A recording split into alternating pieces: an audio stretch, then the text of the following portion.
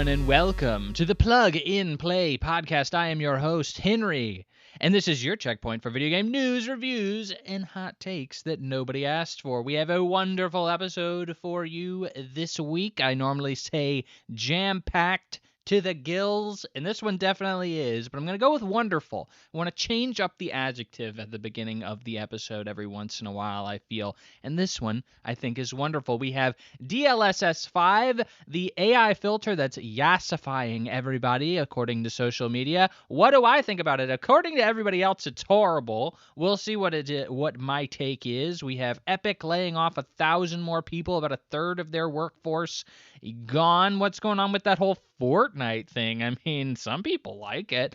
And then, of course, we have the Xbox Partner Showcase, possibly one of the most disappointing showcases I've seen in a minute.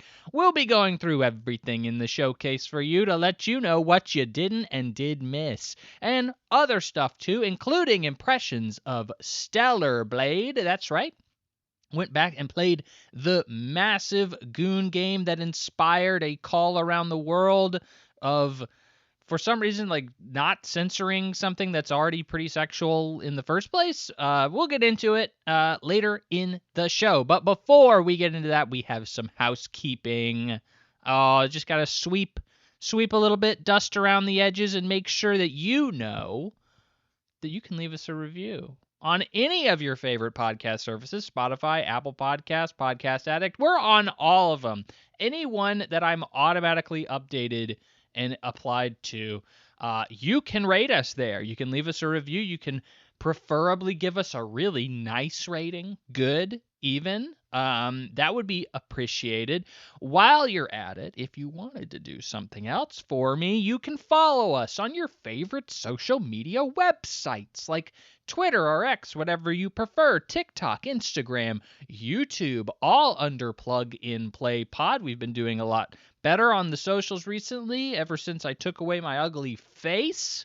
So you can comment on any of our clips, and I will read out your comment on the show. You have a chance. We had a lot of comments this between the last episode, actually, and it was really appreciated and has some really good conversations with people in the comments. And you can also do that by emailing us at pluginplaypodcast1@gmail.com. Email me a question. I will read it out on the show because I've only had one person ever do that, and at this point, I mean, you've gone the extra mile, so I might as well, I think you get the guarantee at this point. And of course, while you're in the description, all that info, it can be confusing, it can be overwhelming, everything that I just said. But while you're there, we have timestamps in the description. If you don't like something I'm saying, you want to skip to something else that you prefer to hear, they're there for you. I do it for you. It's a labor of love because I freaking hate it when podcasts don't have timestamps. So you can benefit from my labor. So that is it. For the housekeeping, we can finally get into video games, right? I mean, who doesn't love a good video game? Am I right, people? That's why we're all here. But we have a great comment corner. So, kind of giving you a little bit of update. So, I've mentioned on the podcast, I've been trying some different stuff with the socials. Been trying to change it up a little bit. Socials were kind of dying, and you kind of have to adapt a little bit in order to survive on social media. I'm really honestly learning a lot about like the quote unquote influencing game as I'm doing shorts. Definitely adaptation is like you must adapt or die, clearly, because I was floundering. I definitely was considering just like completely throwing clips to the wind. Clips are a lot of work and a lot of time, especially because I try to do one a day, which is a lot. And I was like, maybe I can just knock it down to like one or two a week or something like that, make my life a lot easier. And I was like, we'll give it one more college try, change it up a little bit, take out, I was using some AI variants of like avatars and stuff, and it was clearly just not clicking with people. People did not appreciate it at all.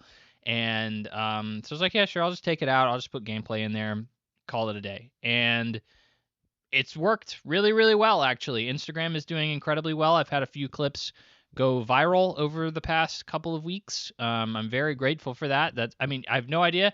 Like, in all honesty, we're gonna get into it because the comment that I'm gonna be reading off is from the one that went, that had the most exposure, got the most views. But I made that clip when I was sick, and I was just like, just throw it out there. I don't give a frick. I didn't edit it down. There's still some like editing issues with it.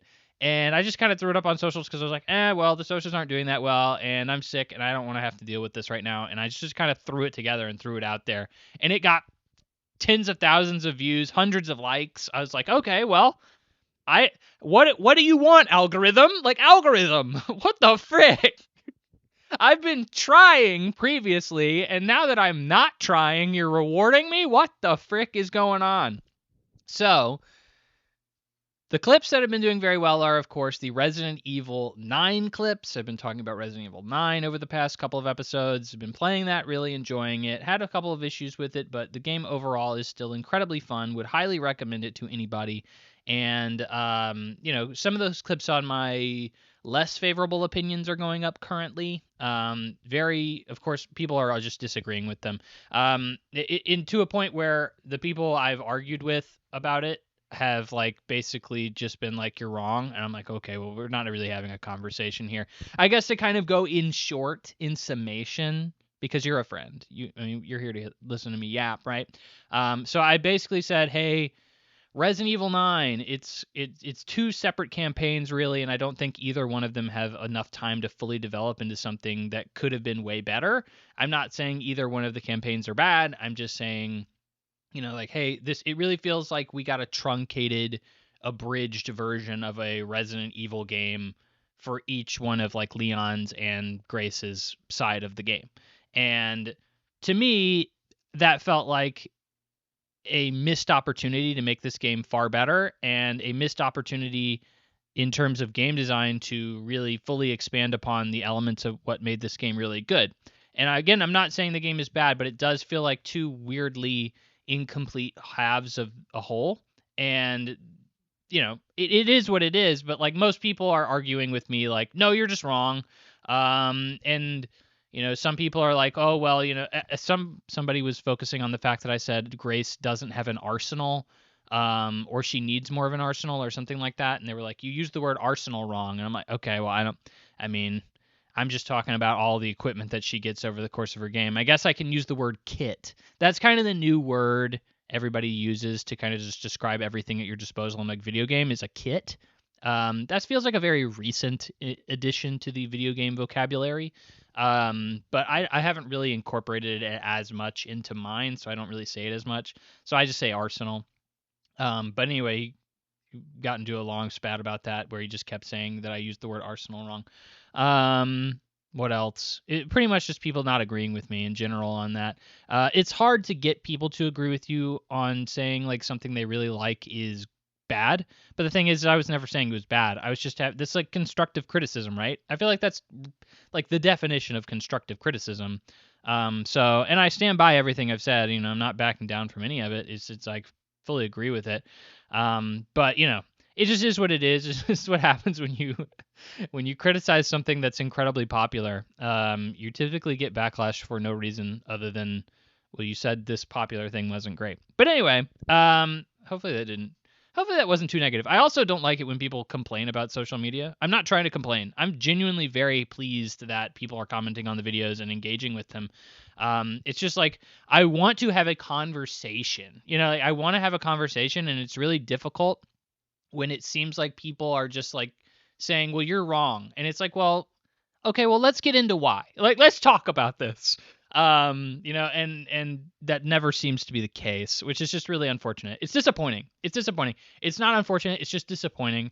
But on one of those clips, on the clip I'm referring to, the Resident Evil clip a while back, I said something that I said in passing, and I've said this a few times before, and I have been wrong. I have learned that I am incorrect, but not really. If I wanted to really put my ego on a pedestal, I wasn't actually wrong. So, in this video, I in passing say Resident Evil 6 is the best-selling Resident Evil game of all time. This is a factually incorrect statement. It was at one point accurate until until Resident Evil 7 was made. And Resident Evil 7 eventually outsold it. In fact, not only did Resident Evil 7 outsell it, Resident Evil 5 outsold Resident Evil 6. But Resident Evil 6 was at one point the best-selling Resident Evil game of all time. Now, this is notable because Resident Evil 6 is considered the worst Resident Evil game by a long shot. There's not many people who defend Resident Evil 6. It's considered to be very bad. So the fact that it was the best-selling is always some point that a lot of people like to throw out there and be like, oh, well, Resident Evil 6 is the best-selling Resident Evil game. And I always just think that that's so interesting. That's such an interesting piece of trivia that it's kind of crazy that was ever the case, right? Like if this game was always so bad, how did it ever sell well, right? In this case, Resident Evil 6 was the fastest selling Resident Evil game at launch. That was only dethroned by Resident Evil 9 just a couple of weeks ago. So until now, Resident Evil 6 was actually the fastest selling Resident Evil game at launch. And then at one point, it was the highest sold Resident Evil game. But it at no point was the highest revenue generating Resident Evil game that there was. Or it may have been when it initially launched. But in terms of sales numbers, it doesn't matter. So it's typically not really up there, because a lot of this game's sales came from basically like the game selling for like $2 or something like that on a Steam sale or something like that, because nobody liked it, or people who wanted to try it didn't want to pay a lot of money for it because they knew it was bad.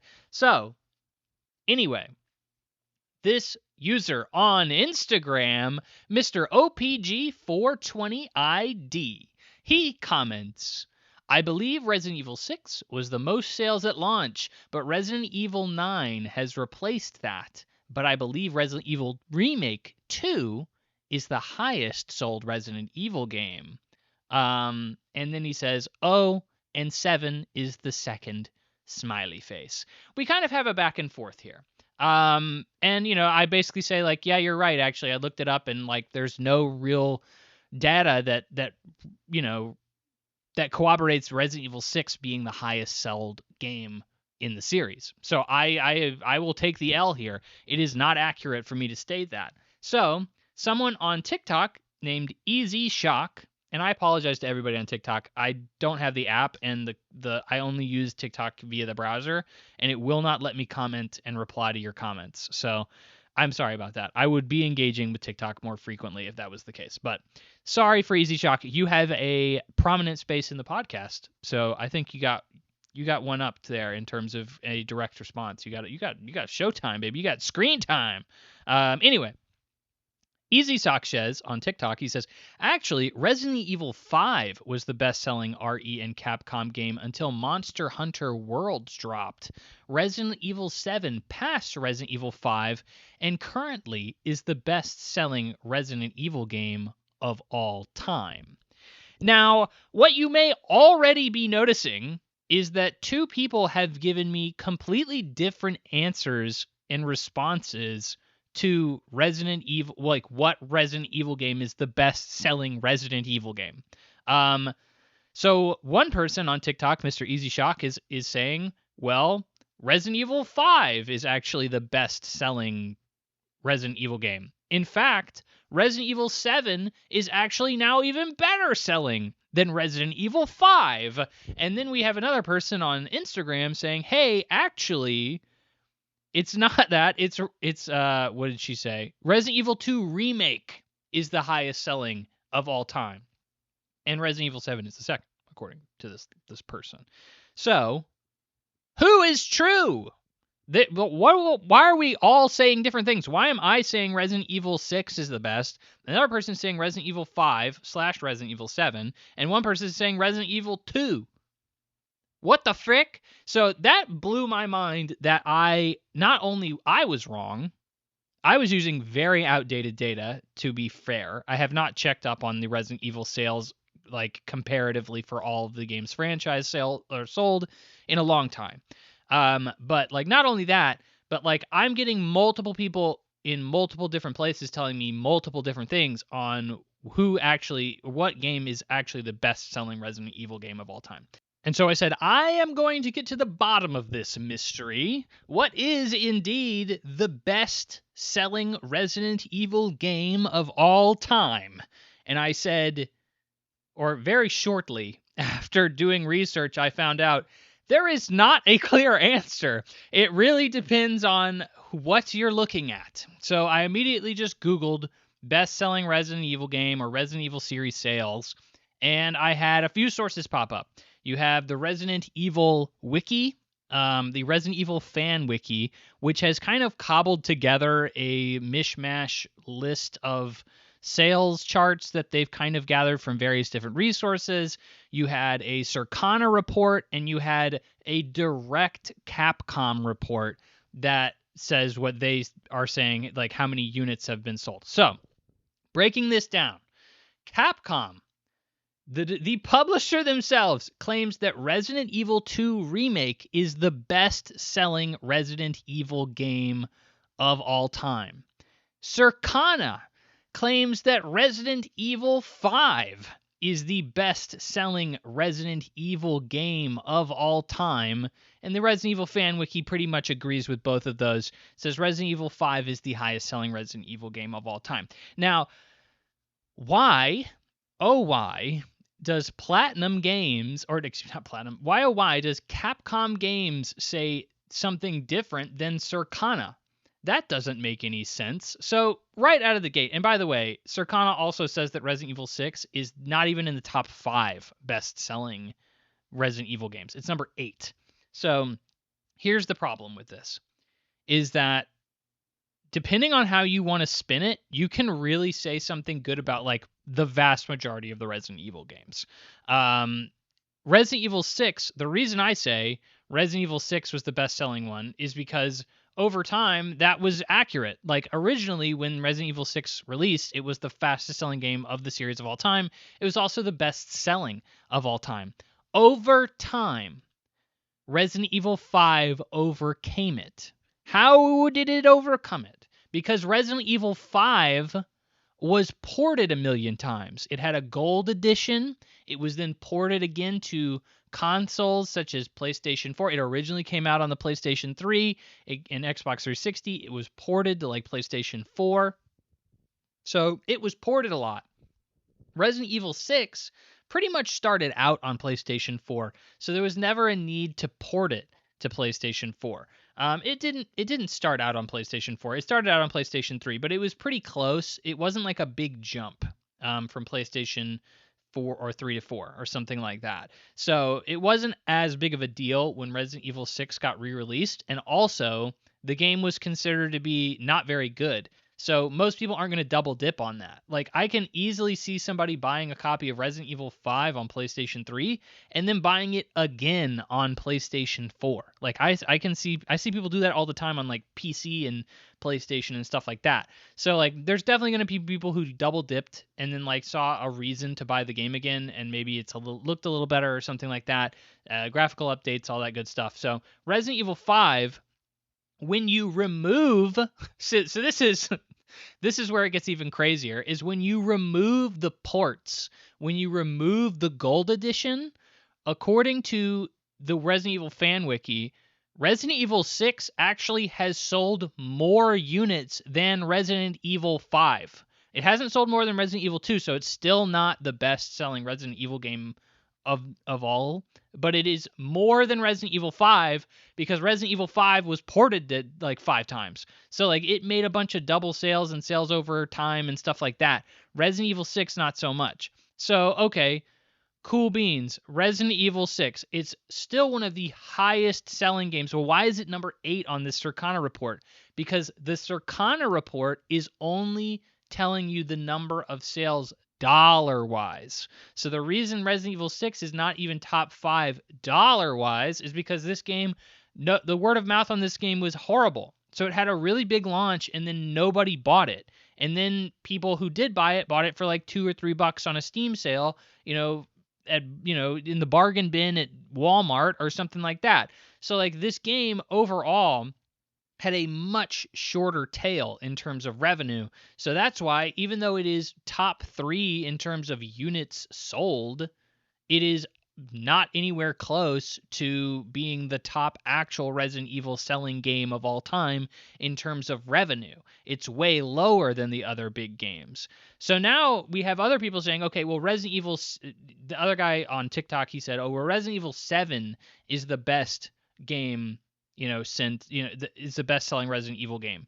Again, if we remove ports from Resident Evil 5, Resident Evil 7 is the best-selling new Resident Evil game that is not a remake. But Resident Evil 2 Remake is still the best-selling game of the Resident Evil series. So Capcom is out here saying, hey, Resident Evil 2, Circana saying something else. There's a million other different people saying different things. That's because you can really manipulate the story into telling a lot of different, giving you a lot of different answers.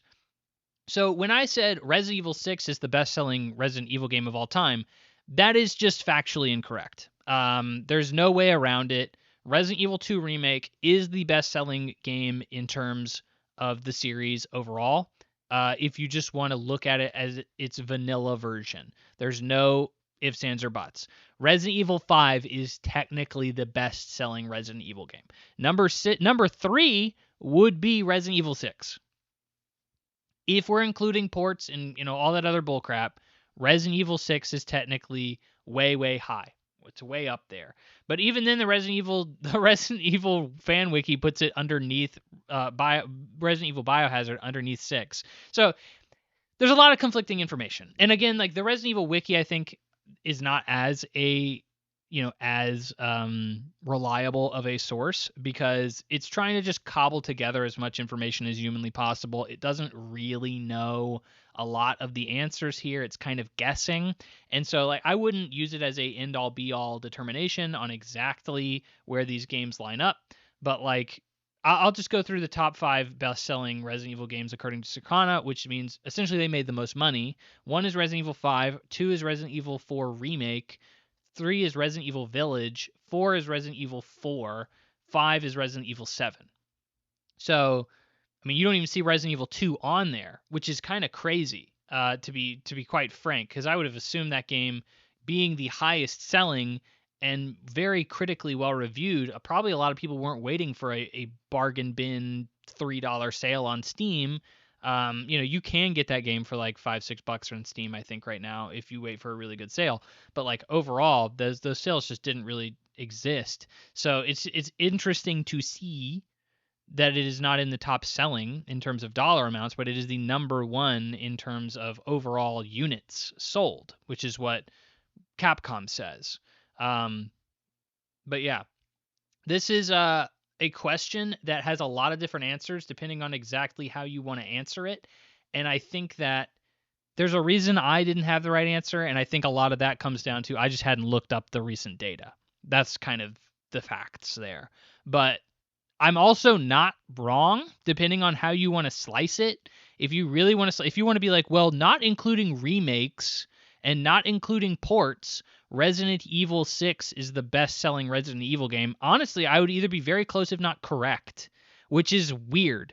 And Capcom would say I'm wrong, which I don't know if Capcom is even including Resident Evil 6 in that number, in the same way that Resident Evil Fan Wiki is.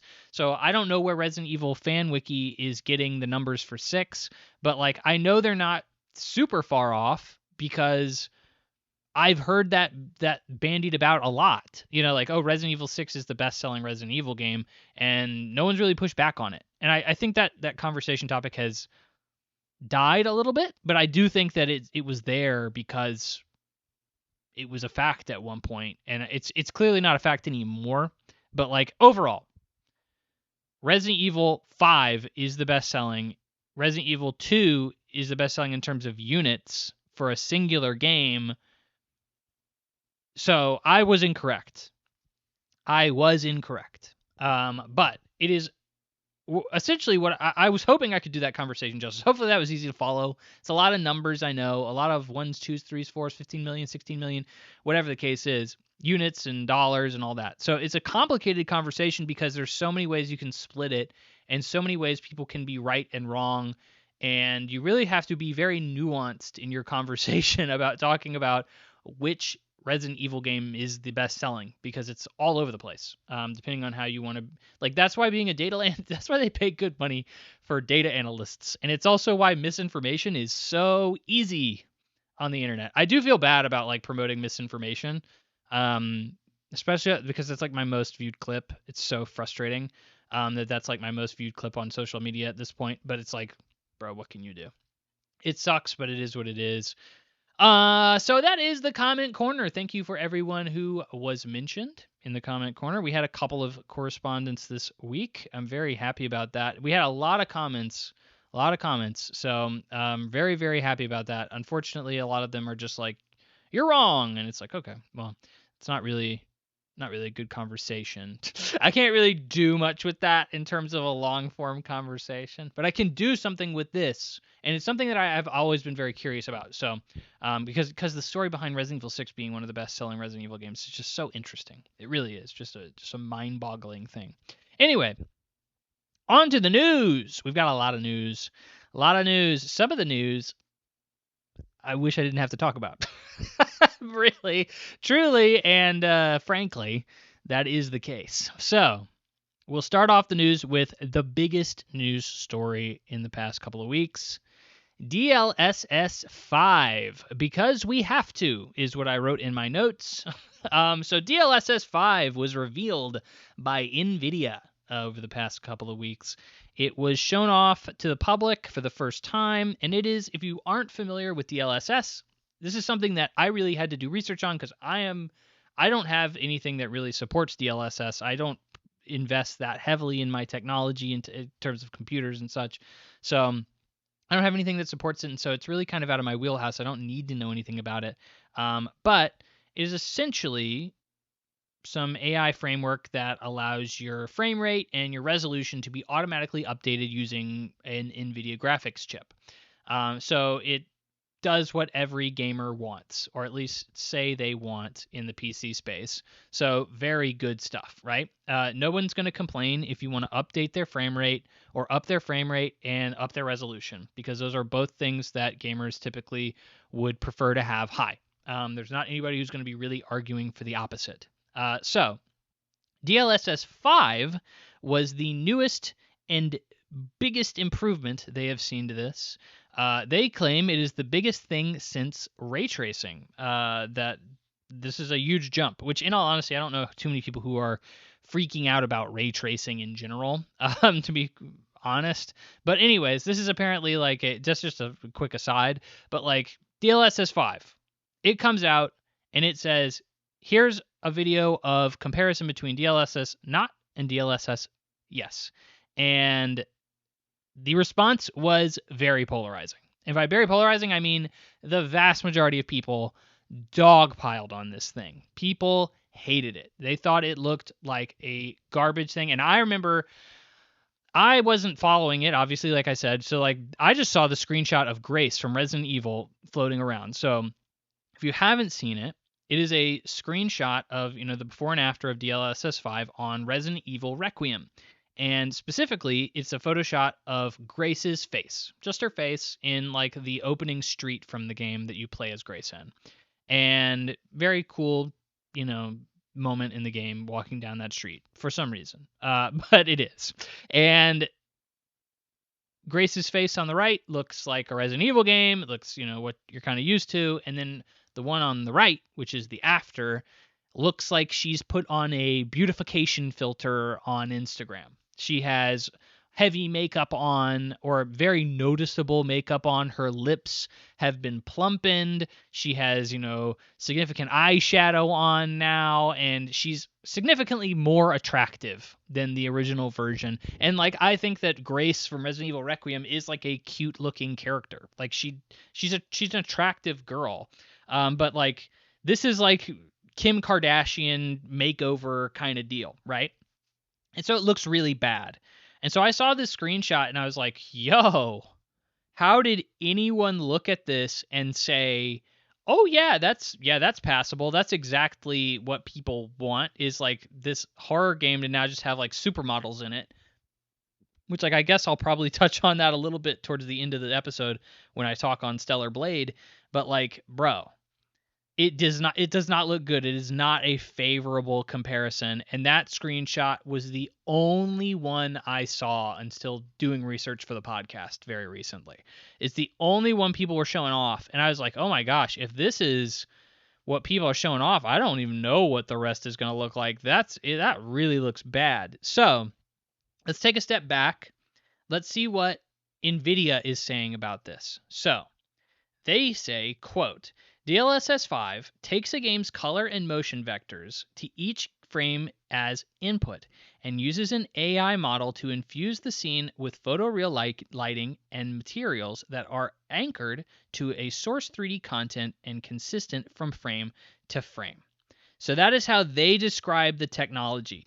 This is it's very frustrating because eventually, we're going to get into the NVIDIA CEO response, because the backlash to this was so visceral, and he did not help by saying, like, people who are backlashing against this are incorrect and very wrong.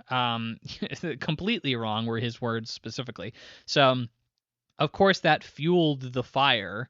But anyway, the entire conversation from NVIDIA's standpoint is incredibly technical. And I like to consider myself somebody who can translate technobabble. And even looking at this sentence, I'm like, what the frick really is DLSS 5? Like, I really don't super know based on what you're talking about. And we're going to get into they try to break it down even further. The NVIDIA CEO goes into it even further when they respond to it. And even then, I had to really sit and parse, what is he talking about? What is this doing? And even then, I had to really think about it before I fully understood exactly what he was saying. And I say that to say, this conversation is not one that I think a lot of people are going to fully understand what they're talking about. Because like, it's so technical, and the language around it being utilized is so opaque and so difficult to parse that I think that it is really difficult for people to have a truly understanding conversation about this topic. So after this showcase, like I said, people freaked out. There was a bunch of backlash. Bethesda, who was prominently featured in this reveal, basically came out and said, hey, just to let you guys know, this is not going to be anything that's going to disrupt our art process. We're going to completely do our thing, right? We don't have to use this. And that is something that even NVIDIA comes out and states in the return fire. So there was a big push on, like, this is disrupting artist intention, right? If a artist creates an art style and then they have DLSS 5 go over it and it just turns it into an Instagram picture, then that is obviously different than probably what Resident Evil was intending the art to look like. You don't want supermodels running around in your game, even though Leon kind of fits that in a way. He kind of is a very attractive male lead.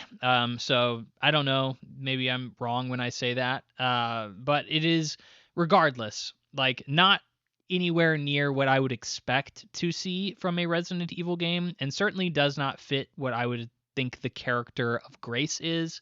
So I understand people kind of freaking out and being like, oh, well, this is really against the original artist's intention.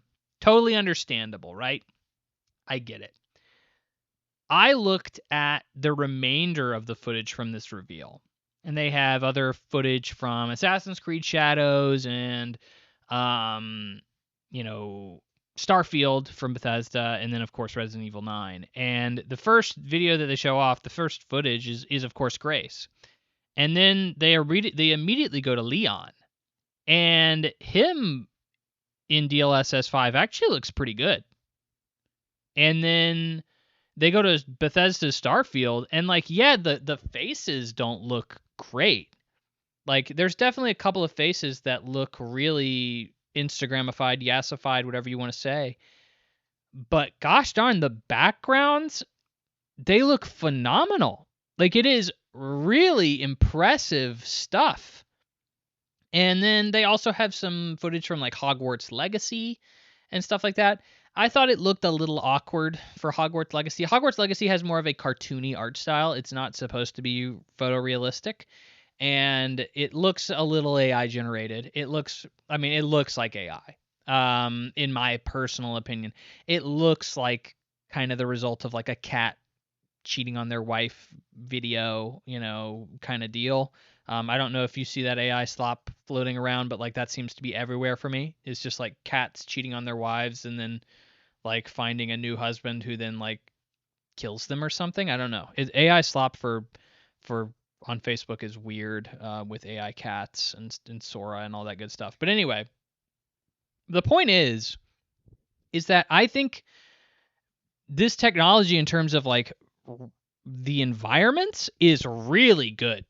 Like, it's really good. And I think that in terms of faces, it's really hit or miss. It either really enhanced the visuals, like I said, for Leon, it looked really good, or it really kind of like puts an AI filter, like a freaking Instagram model over the face, like, the guy in Starfield and of course Grace.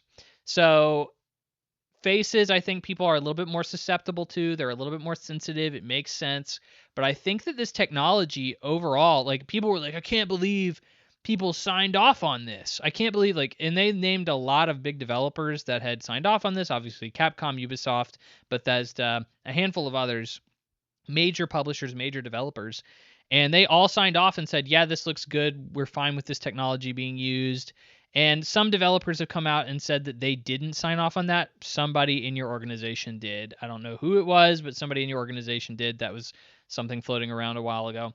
But anyway, they may not have seen the final product. I highly doubt it, but like, they signed off on the technology at least being utilized. And probably at some point that they could use the footage of them for what they were making. So it is what it is. Regardless, I can see in a boardroom, I can legitimately see people sitting around a table and saying, this is the new big thing from NVIDIA. We are so proud of this. Check it out. And I can legitimately see people going, no, that looks great. I can see people say that. Like, I said that. I said, oh, dang, like, even with such a tainted idea of what DLSS 5 is, from seeing the Grace photo circulated around, even I'm like, no, like, in certain instances, this technology really does enhance visuals. It really does. And that's kind of crazy to me that I'm seeing such massive backlash. And I think that a large part of it is warranted, right? But in also a large part, it seems to be really honed in, and there's a megaphone on the negativity here, right? And I think people are actively choosing to point out the worst parts of this technology and really honing in on that. And again, I'm not saying they're wrong, because I think they are right when they say, like, yeah, the Grace photo looks bad, and it means that your model that you're using, you probably fed in a bunch of Instagram photos or a bunch of really, really pretty people, and that's where the model's pulling from. You probably put in a bunch of like freaking Hollywood movies or something like that, I'm sure. Don't tell Hollywood that, but they probably did, and that's why you're getting a bunch of pretty people when when the AI model is going back through and trying to update it, because that's what the model has been taught to produce. So, moving on, we'll circle back to it in a second, but the NVIDIA CEO responds. So he says, to start off, calling everybody completely wrong, which is always a good way to go. So, quote, well, first off, they're completely wrong. This is in response to the backlash. I would love to know exactly what he's responding to in terms of a comment, because even I saw somebody post on my timeline, like, in response to people calling this AI slop or generative AI slop, he said this. And I don't think that that's completely accurate, but it does make things very muddy in the water. So he says, the reason for this is because, the reason you're wrong, is because, as I have explained very carefully, DLSS 5 fuses controllability of the geometry and textures and everything about the game with generative AI. He added that developers can, quote, fine-tune the generative AI to make it match their game's visual style, claiming that DLSS 5 adds generative capability to existing game geometry, but that it, quote, doesn't change the artistic control, which is, of course, the big backlash. That's what everybody was upset about. So continuing, quote, it's not post-processing. It's not post-processing at the frame level. It's generative control at the geometry level. All of that is the control, direct control of the game developer, he said. It is very different from generative AI. It's content control generative AI. That's why we call it neural rendering. Did you follow any of that? So you probably heard, you just said AI. You said it is AI. You said it's not AI, but then you said it is AI? What the frick are we talking about here, right? I think that is, you have to really parse that sentence. So allow me, with my MIS degree, to walk you through it. All right. So even I had to go what the frick are you saying? I don't understand. I had to do that. Okay. So he says, first off, let's just get this out of the way. This is something that he emphasizes developers don't have to use. It is not a fully required thing. It is a tool that is accessible to all developers who run on an NVIDIA graphics card, so you do not have to use this, right? On top of that, you can tune it. You can change it. So it's not like a one and done thing, like grace is always going to be the outcome of whenever you put this filter on or whenever you turn DLSS 5 on. That is not always going to be the outcome. You can fine tune it. You can manipulate the lighting. You can manipulate exactly how this game is being adjusted using DLSS 5. Okay? So it's not just like you figured it out, you flip a switch and it's over. Like, you have control. Okay? So I think where we really get into splitting hairs here, and I really get into, I think this is where I think the divide of the conversation is happening, right? Is this quote right here. He says, it's not post-processing. It's not post-processing at the frame level. It's generative control at the geometry level. My understanding for this, let's back up a little bit. DLSS in general, like I said earlier in this conversation, is typically used to improve frame rates, and resolution. Those are the two things it does.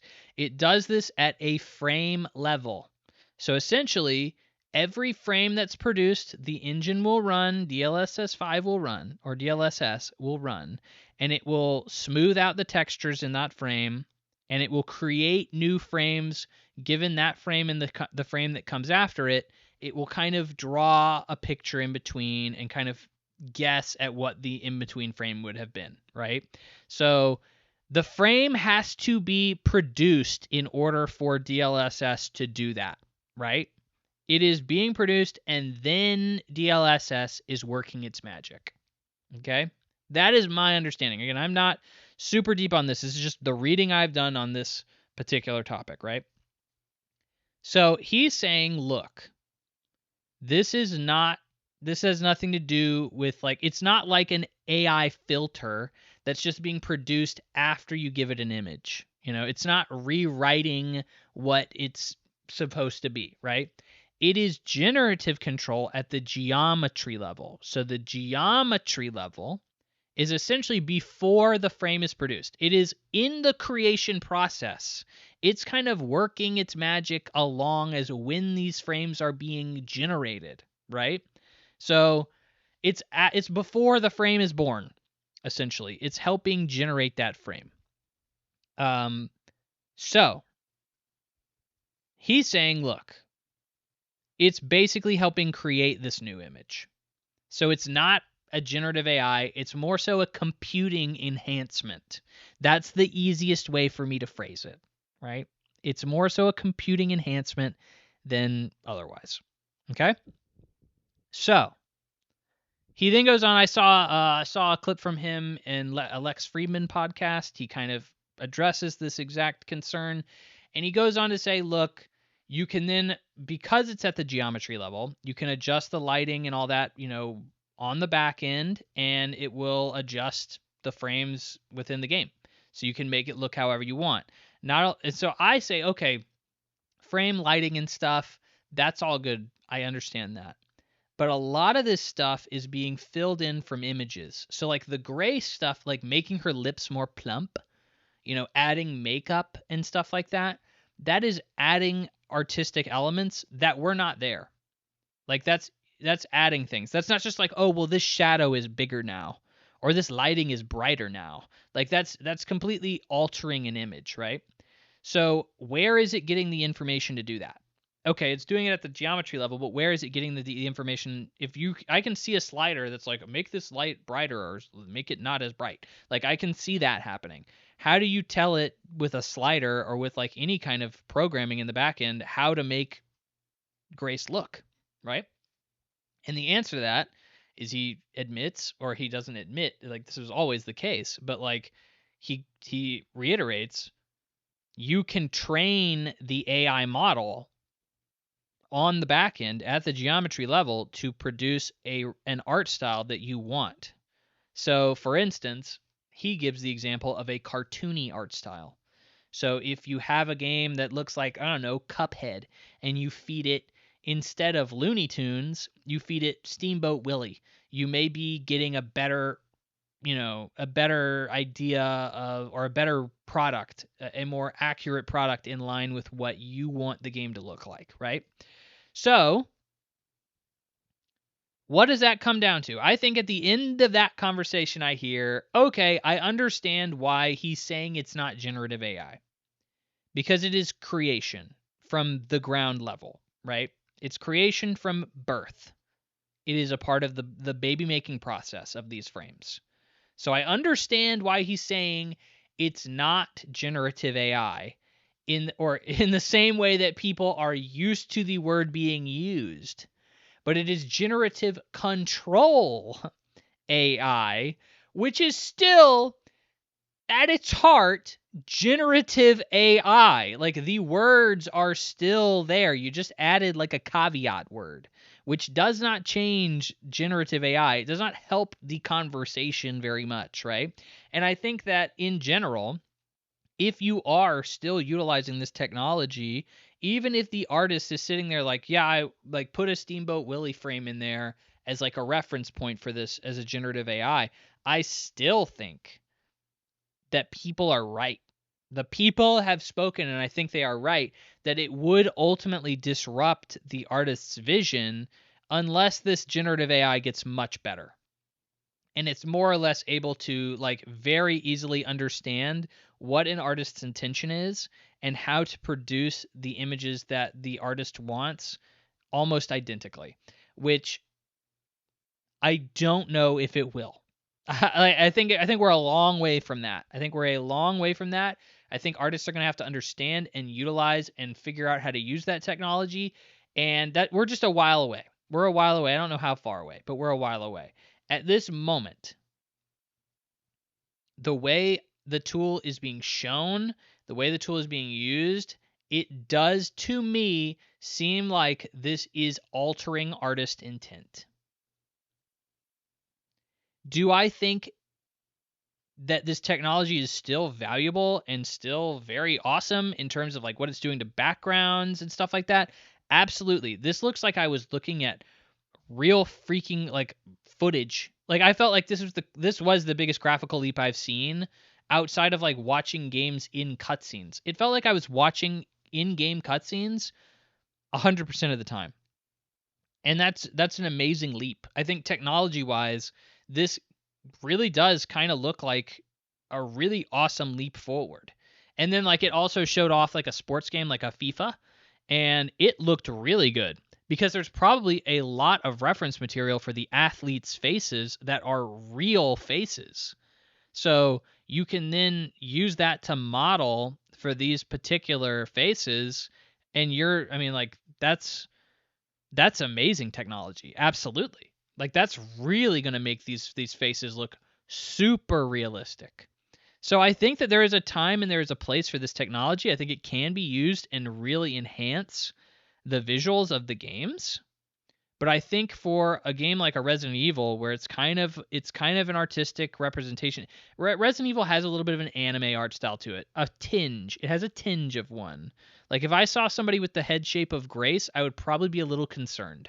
I'd be like, what the frick happened? Like how much cosmetic surgery did you have to get that pointy of a chin? You know, like kind of deal. You know, it's a little bit of an anime art style in there. So there is definitely like an artistic representation that comes from their art style that Resident Evil has.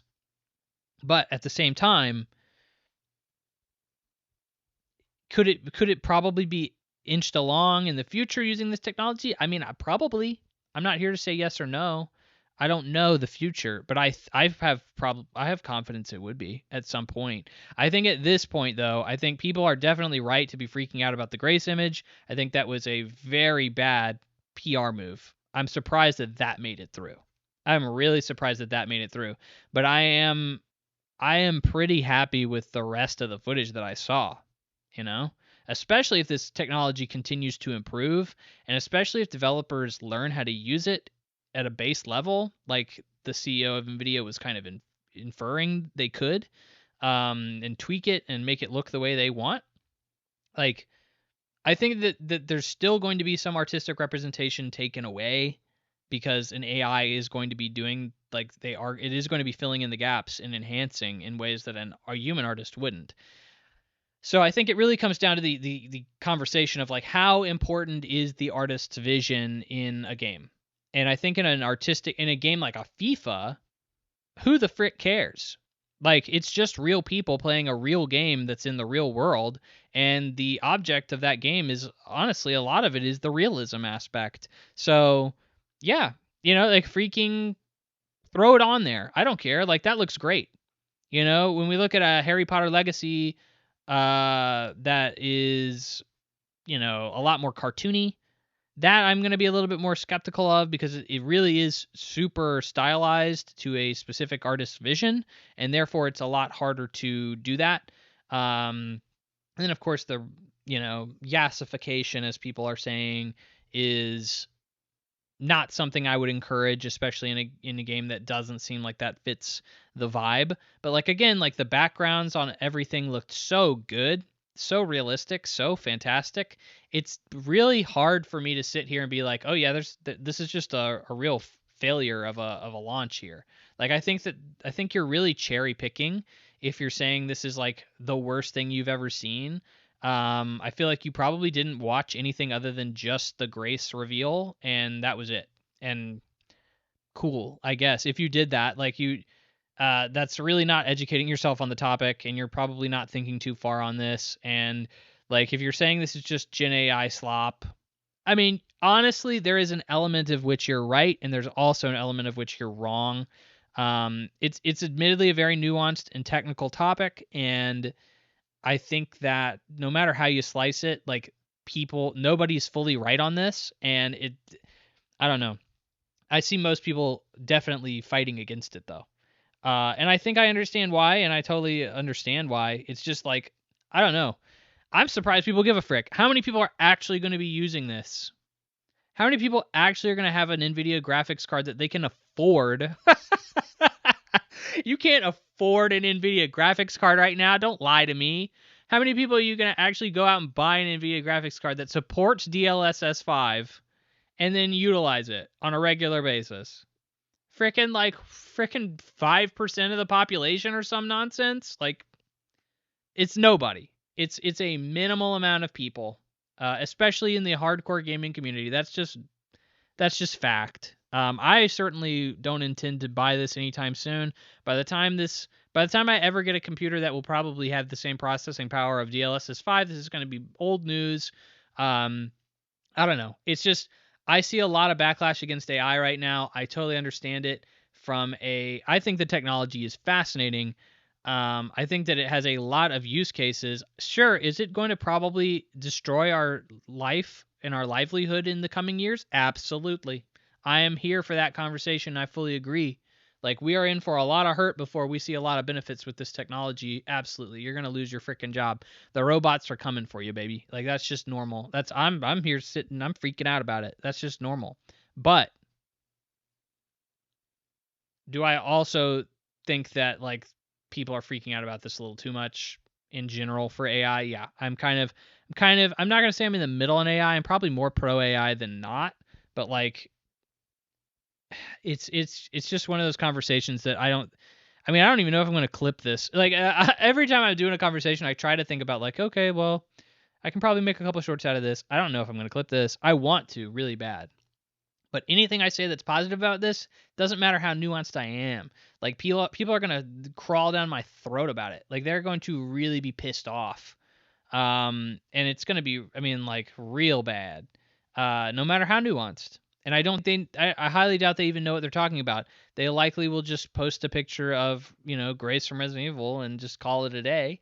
And, that's not really a nuanced conversation, in my opinion. Because at one point, I saw that picture and I said the exact same thing they did. I said, well, F that. That's stupid looking. I think that's horrible. And I don't think that's an accurate representation, though, of the full conversation. So that's where I'm going to leave it. I am not the most qualified to speak on the subject, certainly. Again, I'm just going off of the research that I've done prior to the podcast. I had to do a decent bit because I really hadn't been following that closely, and it was kind of a technical subject that I really needed to parse through. So hopefully I helped you understand it a little bit. Maybe I didn't. Maybe I was wrong. Who knows? But I think it's at least a fun conversation once you get into the weeds of it, at the very least. Next, the Xbox Partner Showcase, the first one since pretty much the upheaval over at Xbox, losing Phil Spencer and having a new AI president and all that other good stuff.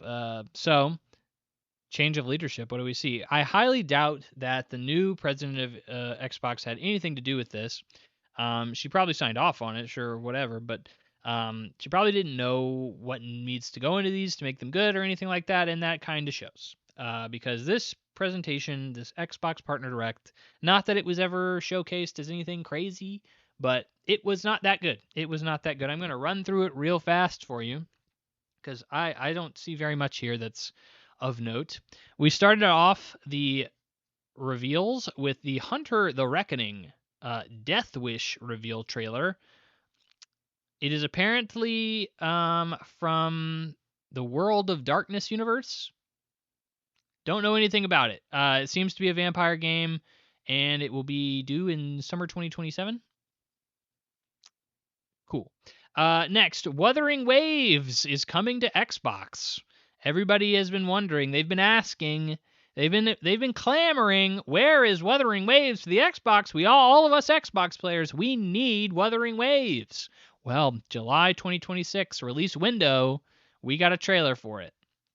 Keep seeing Wuthering Waves around. Have no idea what the frick everybody is clamoring about on that one, but it's another anime pretty women gotcha game for me. So there's a dime a dozen of them out there. So that's one of the bigger ones right now, I guess. Next was The Expanse: Osiris Reborn. This is a new trailer for The Expanse: Osiris Reborn. It's from Owlcat Games, and the beta is coming in April 22nd, 2026, with a release window for spring 2027. This game looked like Mass Effect 2. And like I don't know whether to say that's a really good thing or that's a really bad thing. Like Mass Effect 2 is one of my favorite games of all time. Love Mass Effect 2. Like don't get me wrong. But do I want like a game today to look like a game that came out on the Xbox 360? Like I feel like we should not have the game look that similar to Mass Effect. It also just did not wow me in a lot of different ways.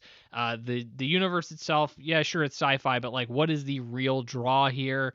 The combat again looked like Mass Effect 2. It looked kind of stiff and robotic and tactical.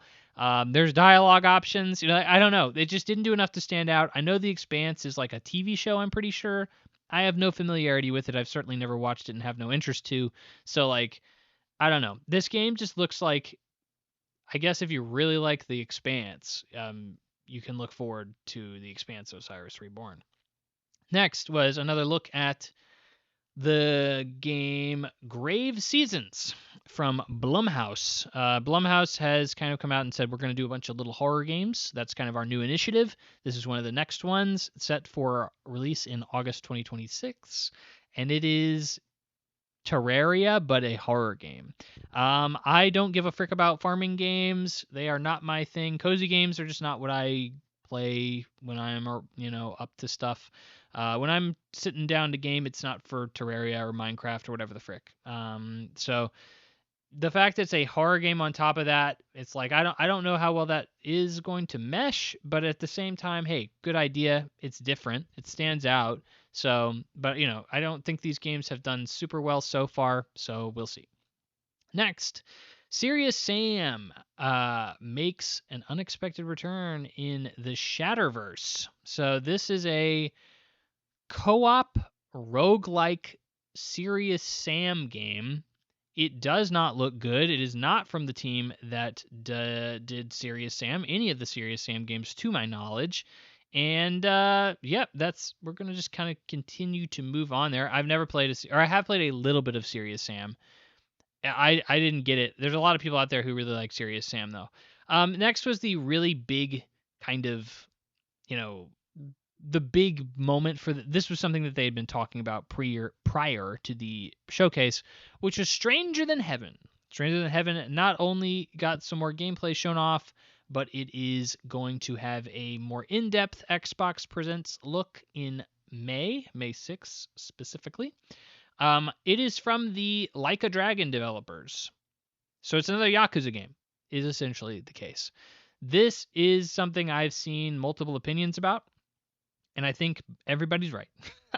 So I'm not going to say I'm a Yakuza hater, but I am a Yakuza. I'm a guy who's like, I've played Yakuza. I don't need more Yakuza. That is where I'm at. I have played like 5 or 6 Yakuza games, Yakuza likes, and I have grown to see that the studio really just kind of makes the same game over and over and over and over again. And while I do think Stranger Than Heaven looks very nice, the gameplay looks updated. It looks a little bit different than what we're used to seeing in a Yakuza game or a Judgment or whatever the frick. It still looks like a Yakuza game. It still is an action beat 'em up game. It still is, in Japan. And I have yet to see enough of this game to make me say, oh yeah, it's another game from the Yakuza devs. Because guess what I said when I originally saw Judgment, the newer IP from the same developer? I said, oh my gosh, like this is it. Like they're going to make a much updated Yakuza game. And then because like Yakuza just doesn't iterate very much on itself. It's pretty much the same game over and over and over again. And in this case, Judgment was another Yakuza game. It was just the same freaking thing again, just with a different map and a different character set. And like I think if you like Yakuza games, you're gonna love Judgment. But like I can only play so many Yakuza games before I'm like, I need something to be really different about these games in order for me to give it a shot. And in this case, I'm looking at Stranger Than Heaven and I'm like, look, this looks like a great Yakuza game. It looks like a fantastic Yakuza game.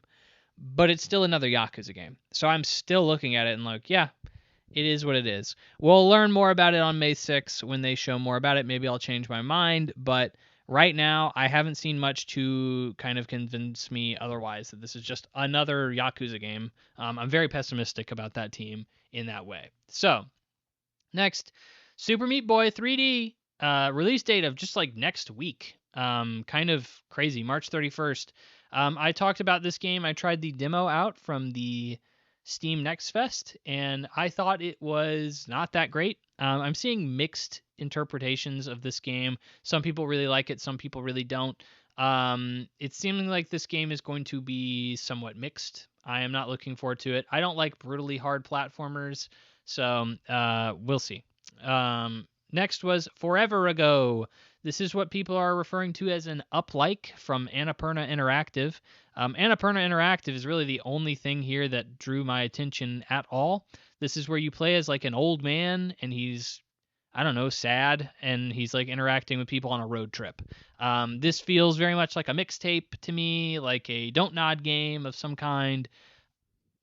I am kind of burnt out on these games, these artsy story pieces that these developers kind of make that are totally narrative based, and I am a big sucker for narrative based, choice based games. Like I love them, but I'm kind of sick of these like Don't Nod likes.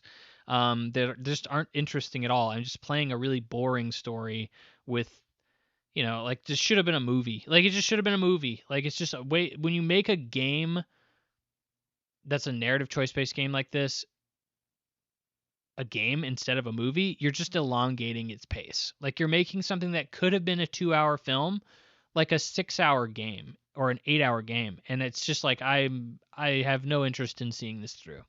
Next, Ascend to Zero. This, I mean, I don't even know what to say about this. This is just like a very fat. It honestly looked like Transistor from the developers of Hades.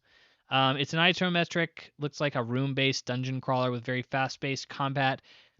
It looks different, but like in terms of its combat, very pixelated. But it is nothing that I would have put in a direct of some kind. I guess speaking of, I don't know. Next was Death Strike, Dispatch. Dispatch is coming to Xbox. By the way, this entire direct or this entire showcase was narrated by Aaron Paul, who is the protagonist of Dispatch. And I thought Dispatch had to already be on Xbox. It really just shows that things that were a given at one, because I know that Dispatch is on PC, PlayStation, and Switch. And I know that it came to Switch a little bit later, but I just assumed that like Switch is like harder to develop for, and so that's why it came later. It's not even on Xbox? Like, oh my gosh. Like that's just dang, like for real. It just goes to show that things that used to be a given in this space, that like, oh yeah, it's just, everything's coming to Xbox. Like even some really big games come to every platform but Xbox, and the only reason is they just don't see the need to develop, to put the funds into the development of this game, because they don't think they're going to make it back. So I guarantee you the reason this is showcased here, the reason Aaron Paul is announcing it, this is because Xbox probably paid them to port it. Like they probably helped support the porting of this game, which is just, I had to assume at least. That's crazy. Next, Rebellion comes with another game, the Alien Deathstorm trailer coming in 2027. Rebellion, obviously known for Atomfall recently, and more well known for the Sniper Elite team. They make all the Sniper Elite games. Rebellion has always been like a B tier studio to me. I've played some of the Sniper Elite games, and they're all fun. They're just not games that like I'm gonna pay $70 for. This looks like a kind of Alien Outbreak situation. It looks interesting, but again, don't know enough. And this is again a team that I think makes typically like very B tier games pretty much all the time. So, yeah, who knows. Next was Frog Squad, SQWAD Squad, releasing on June 2026 or June 2026.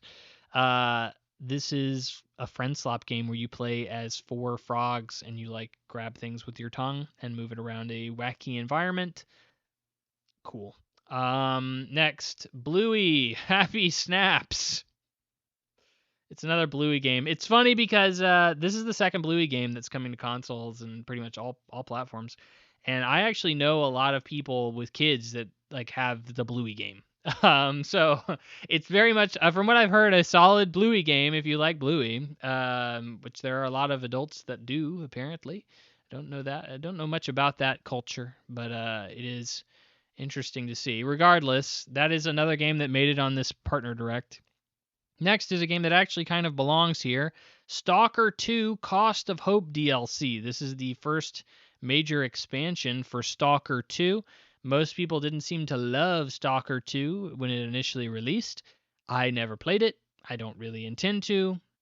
Moving on. So no reason to really focus on a DLC expansion for that.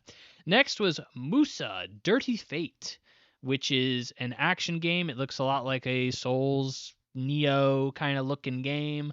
It is set in feudal Korea. Don't know much about Korea's past, so maybe that's cool. I don't know.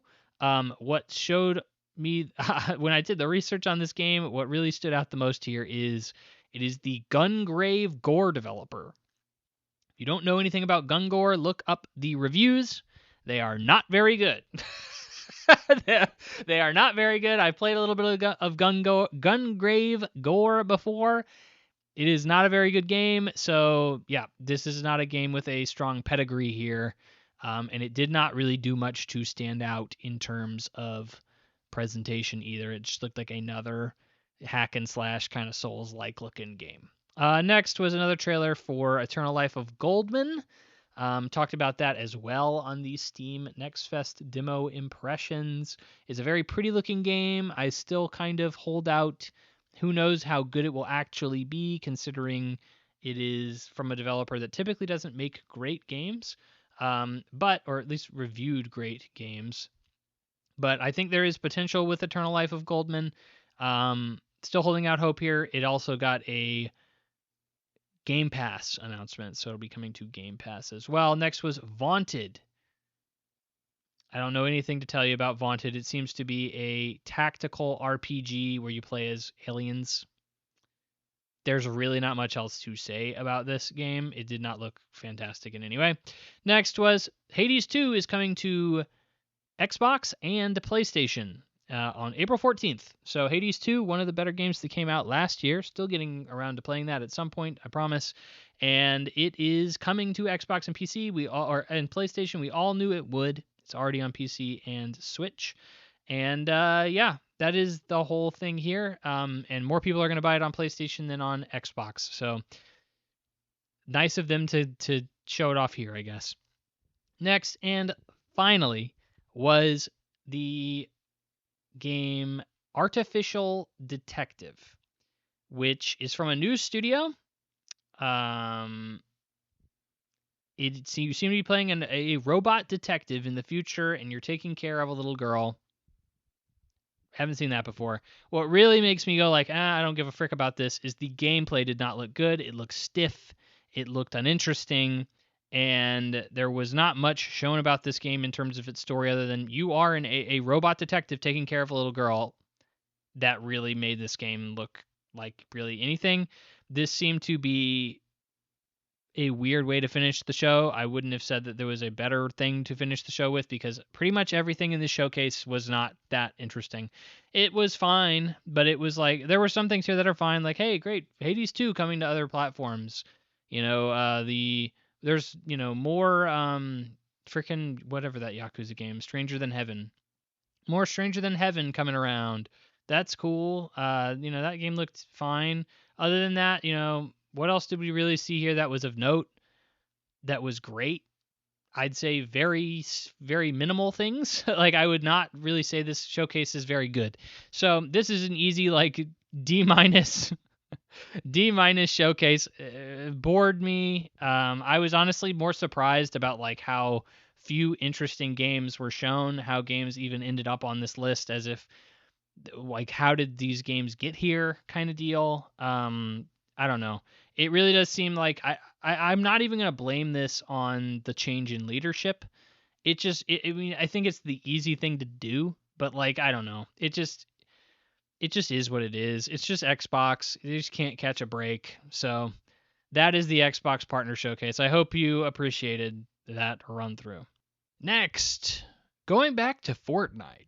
Epic lays off 1,000 employees, about 23% of their workforce, claiming that it has a downturn in Fortnite engagement. This is coming straight off of the heels of last episode where we talked about the V-Bucks increasing.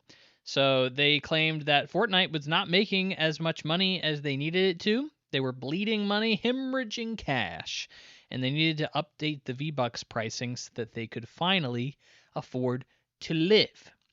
So this is a bit more of a money where your mouth is kind of situation. So I, in my previous episode, was like, well, what a bunch of bull. Of course not. Like, you're just upping the V-Bucks. Like, you're one of the most successful games ever made. How are you not making enough money to survive? That doesn't make sense. Updating V-Bucks is simply a shareholder thing. And, I mean, layoffs typically are as well. But layoffs, 23% of your workforce, 1,000 employees. Guy, I think I start looking at that and I say, hey, maybe there's more to this than meets the eye. And Tim Sweeney, the CEO of Epic Games, had a few things to say about this. So this is all the quotes I've been sourcing this episode are from VGC. So, quote, "This layoff, together with over $500 million of identified cost savings in contracting, marketing, and closing some open roles, puts us in a more stable place. Some challenges we're facing in the industry-wide challenges. Some of the challenges we're facing are industry-wide challenges. There we go.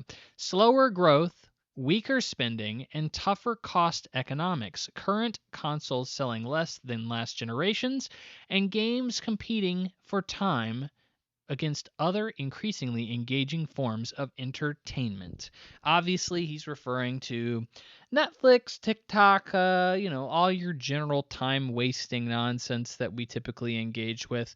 They do have to compete with that because in large part, these games are jobs just like anything else. And when you're spending a lot of your free time looking at TikToks, if you're spending, 30 minutes a day or 3 hours a day looking at TikToks mindlessly, that's 3 hours you could have put into something else. It's just the way time works. It's the way life works. And here we are. I could be living my life, but I'm recording a 3-hour podcast for you. So, and really for me, let's be real, it's my own vanity project. But anyway, here we are. That's a lot of things to compete with, right? So when he first said all these things, I was like, when we first talked about like the V-Bucks increasing, I was like, oh, clearly it's cost cutting. It's just making more money for shareholders. Duh. Like that's all it really is. It's a greed move. They want to make more money, and that's really the only way that Fortnite can do it, or the easiest way that Fortnite can do it. So, of course, here we are. Then they come out and they lay off all these employees. I'm like, oof. Like that's also a thing that a lot of companies tend to do in order to up their share price and make shareholders happy is they cut workforce. The less people you're paying, the more money you're technically making because you have less expenses, right? So, makes sense. All of these things still add up to a greed move overall, right? Then he starts going through all the reasons where he may be onto something of like, well, hey, the industry has not been growing as quickly as we typically want to see it grow. It has weaker spending. People are not spending as much money. We have a tougher economic situation where people are not spending as much money in general on everything. Not only that, consoles are selling less, and we got more competition than we used to. This is all accurate from when Fortnite first started becoming successful to now. It is kind of understandable. Not only that, but he adds another element that I didn't even think of, to be quite frank. So he goes on to say, quote, "And some of our challenges are unique to Epic. Despite Fortnite remaining one of the most successful games in the world, we've had challenges delivering consistent Fortnite magic with every season. We're only in the stages, we're only in the early stages of returning to mobile and optimizing Fortnite to the world and billions of smartphones. And in being the industry's vanguard, we have taken a lot of bullets in the battle, which we're in the early stages of paying off for ourselves and all developers. This also comes after cost cuts that they did in 2023. They laid off a lot of people, and around 830 is what I have in my notes. 830 employees for very similar reasons, 16% of workforce at the time. Not good, right? So these two things here I think are far more interesting topics of conversation, right? Fortnite not delivering on the magic. So every season I just assumed was very successful. They always have these really big collaborations. You have your K-pop Demon Hunter, you have your season-wide collaborations like The Simpsons, South Park, Power Rangers. These are all massive IP. Are they IP that I gave a frick about playing in Fortnite? Not really. Like, I like South Park, but like I haven't watched The Simpsons in literally decades, and I have not really engaged with Power Rangers either, but I just assumed like, oh, well, it's a kids game, right? Like most of the audience for this game has to be children. So if that's the case, sure. Like we have to be assuming that most of the people buying a Power Ranger skin are like freaking 5 years old or something like that. So, okay, yeah. Like that's why I'm not as interested in that. It seems like they are saying no, like in all honesty, most of our seasons recently have not done very well for us financially. Not many people have been as many people as we wanted to have been interested in them, and we need to kind of figure out how to make that a lot more acceptable in the future. And that's kind of crazy to me. That's honestly kind of insane. The biggest, by the way, Circana also reported, have this in my notes as well, is Fortnite is the most played game on consoles currently. Every month to month, it is rare for Fortnite to not be the number one most played game on consoles. Crazy, right? So they're saying we're not actually doing that well, which is insane to me. That they think they should be doing better in terms of the content that they're producing. But here's the real kicker, and that's mobile Fortnite. They're saying, okay, well, yeah, in all honesty, we have been struggling to make money off of smartphones, which like that's where a lot of the big money is for these games. Mobile games always pulls in massive amounts of money because everybody has a smartphone. Everybody's got one. You've got one right now in your pocket. Maybe you're listening to this podcast on it. Very possible. And it's, the most accessible device, right? You don't have to buy a console or a PC to play Fortnite. You have it and you can download it for free on your phone and have access to it. Bada bing, bada boom. And now you're in the ecosystem. You can spend money. So access, and that's why free-to-play games are free. It's to give people more access to the game and therefore more potential people to sell a product to. So, if you have not been following the legal situation behind Epic Games, they sued Apple for a long time. They were in a years-long litigation with Apple, saying that Apple had a monopoly and that it was not fair the amount that they were charging Apple developers for transactions within their store. So I talk about it all the time. PlayStation has that kind of situation as well. They take 30% of every transaction that goes through PlayStation. If you subscribe to Netflix through your PlayStation, if you buy V-Bucks through your PlayStation, if you buy a game through your PlayStation, 30% of every dollar spent goes to Sony. It does not go to the people who made the product. And it's a very similar situation at Apple. They have pretty much a monopoly on every single purchase that's made on their phones, which is insane. If you're doing it through the App Store or an app directly.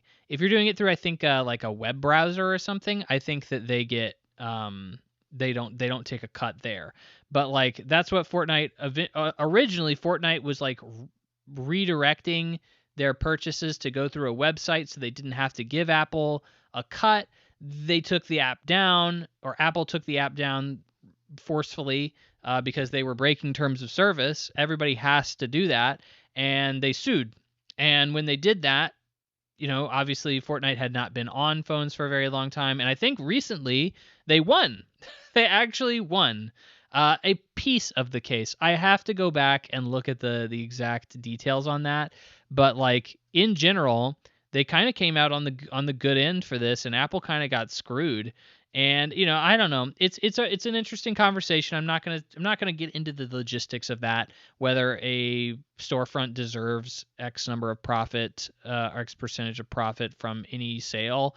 Like, it's a very nuanced conversation. It's not worth getting into here, but that is a large part of money that I think Fortnite was really anticipating getting, like, for a very long period of time, right? Like that without a mobile version of this game, you're losing a large part of your potential revenue source. And they saw it as a much bigger investment to like get an extra 10% of every purchase in perpetuity than to not get any revenue for like 2 or 3 years suing Apple. So they're still in the process of getting that figured out, making sure that you can, everybody's downloading it on their phones and can play it on their phones and stuff like that. So I get it. But like that is actually a lot of problems that Epic is having to deal with, right? Like that is understandably a large chunk of their change kind of accounted for in a lot of ways. Specifically, they're just saying players aren't engaged anymore. The industry's kind of messed up and down in terms of spending, and we don't have access to a mobile source of revenue. And that is really hurting our bottom line. And hey, I'm looking at this and I'm like, hey, I get it. Do I still think the most successful console game, the most played console game every month, every week is hurting for money? Absolutely not. But I would love to see the financials there. I would love to see the books. Like, how much are they really losing? Obviously, Epic depends heavily on Fortnite for revenue. They obviously have the Epic Store, as I've referenced before, and they own stuff like Rocket League and Fall Guys and stuff like that. But like those games are obviously making pennies comparatively to Fortnite, which is the juggernaut that the company relies on. So I would love to see the breakdown of like if Fortnite is not performing well, how much how much does Fortnite even have to perform poorly for Epic to be in this really big pit? And according to them, they're bleeding cash. And Fortnite, nobody's wanting to play Fortnite right now. I don't know, man. I'm playing Fortnite more than ever. I admittedly have a friend who's asked me to start playing a lot more, but like I think Fortnite is a solid game. Like it's honestly a really good game. I don't hear it used to be people would attack Fortnite for being free to play. People were really against free to play. And they'd be against it for being kind of more so for children, it kind of felt like. And now it feels like Fortnite's really kind of a mainstream thing, and I don't hear people complaining about Fortnite anymore. Fortnite really hasn't done anything to piss anybody off in a long time, unlike something like a Call of Duty or like another free to play shooter, maybe like a High Guard or whatever the frick. So it is what it is. It's just it's an interesting story for sure to see that something this big even has issues making money and surviving. Admittedly, Epic has a lot more expenses going on than just Fortnite. They're trying to keep a lot of things afloat that are very big expenses, and Fortnite is kind of the thing that's buoying them up above the water and keeping them from drowning. But I don't know, that just doesn't seem like a very good business model, right? Where you're really relying on one piece of the pie to bring home all of the revenue, and if you don't hit those targets, then you just have to start axing 30% of your labor force. Like that's I don't know, that just seems no bueno. And it seems like, again, another example of, hey, you know what, live service games are kind of hard to stick around with.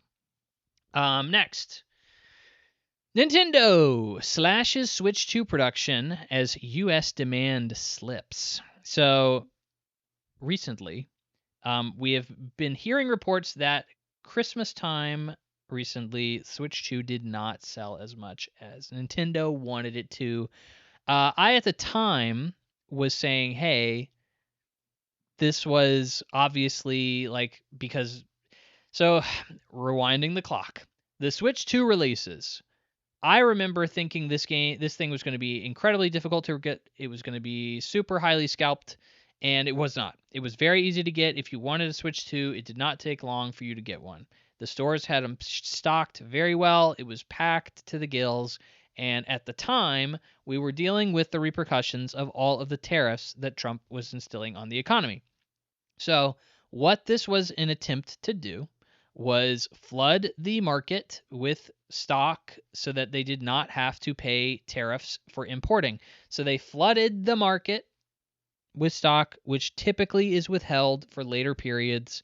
And my assumption was that everybody who wanted a Switch 2 got one. It was the fastest selling and best selling console release of all time. So this did not do poorly, but they were expecting a significant increase in sales during Christmas. And I said, hey, this really isn't anything to freak out about because they sold so many. It's literally the best console launch of all time. What are we freaking out about here? The reason it's lower is because anybody who wanted one already got one. And I guess that's not how businesses typically look at these things. I don't know how I know that holiday sales are always very important, but I don't generally understand exactly what portion of revenue each company is looking for Christmas. So in this case, Nintendo was clearly expecting a much higher demand for Switch 2 at Christmas. Specifically, Nintendo admitted that demand was lower than expected at Christmas. Sales were lower by 35% compared to the Switch 1's first Christmas, which, by the way, not as many people were looking forward to at the time. They also said that software has not been good enough on the console to drive sales, even regardless of Pokemon Pocopia's success, which I've briefly mentioned on the podcast. I'm not a big cozy game guy, but that game has been selling out like crazy. It's been very hard to get a hand on a physical copy, and it's been helping sell the console pretty well. But they see this as more of, based on what I read from the press release they gave on this, this was more of, they consider this a potential one-off fluke. They don't see it as a driving factor of the demand of the console. They see it as, well, people want this one game, but how long does that last for, really? Which is fine. I think you're perfectly fine in kind of playing it safe with that. So essentially, the Switch 1 did pretty well for Christmas. This one did not. So they plan on this quarter producing 4 million now units instead of the 6 million that they were planning on. So, a good third, 33% drop in production, which is pretty significant.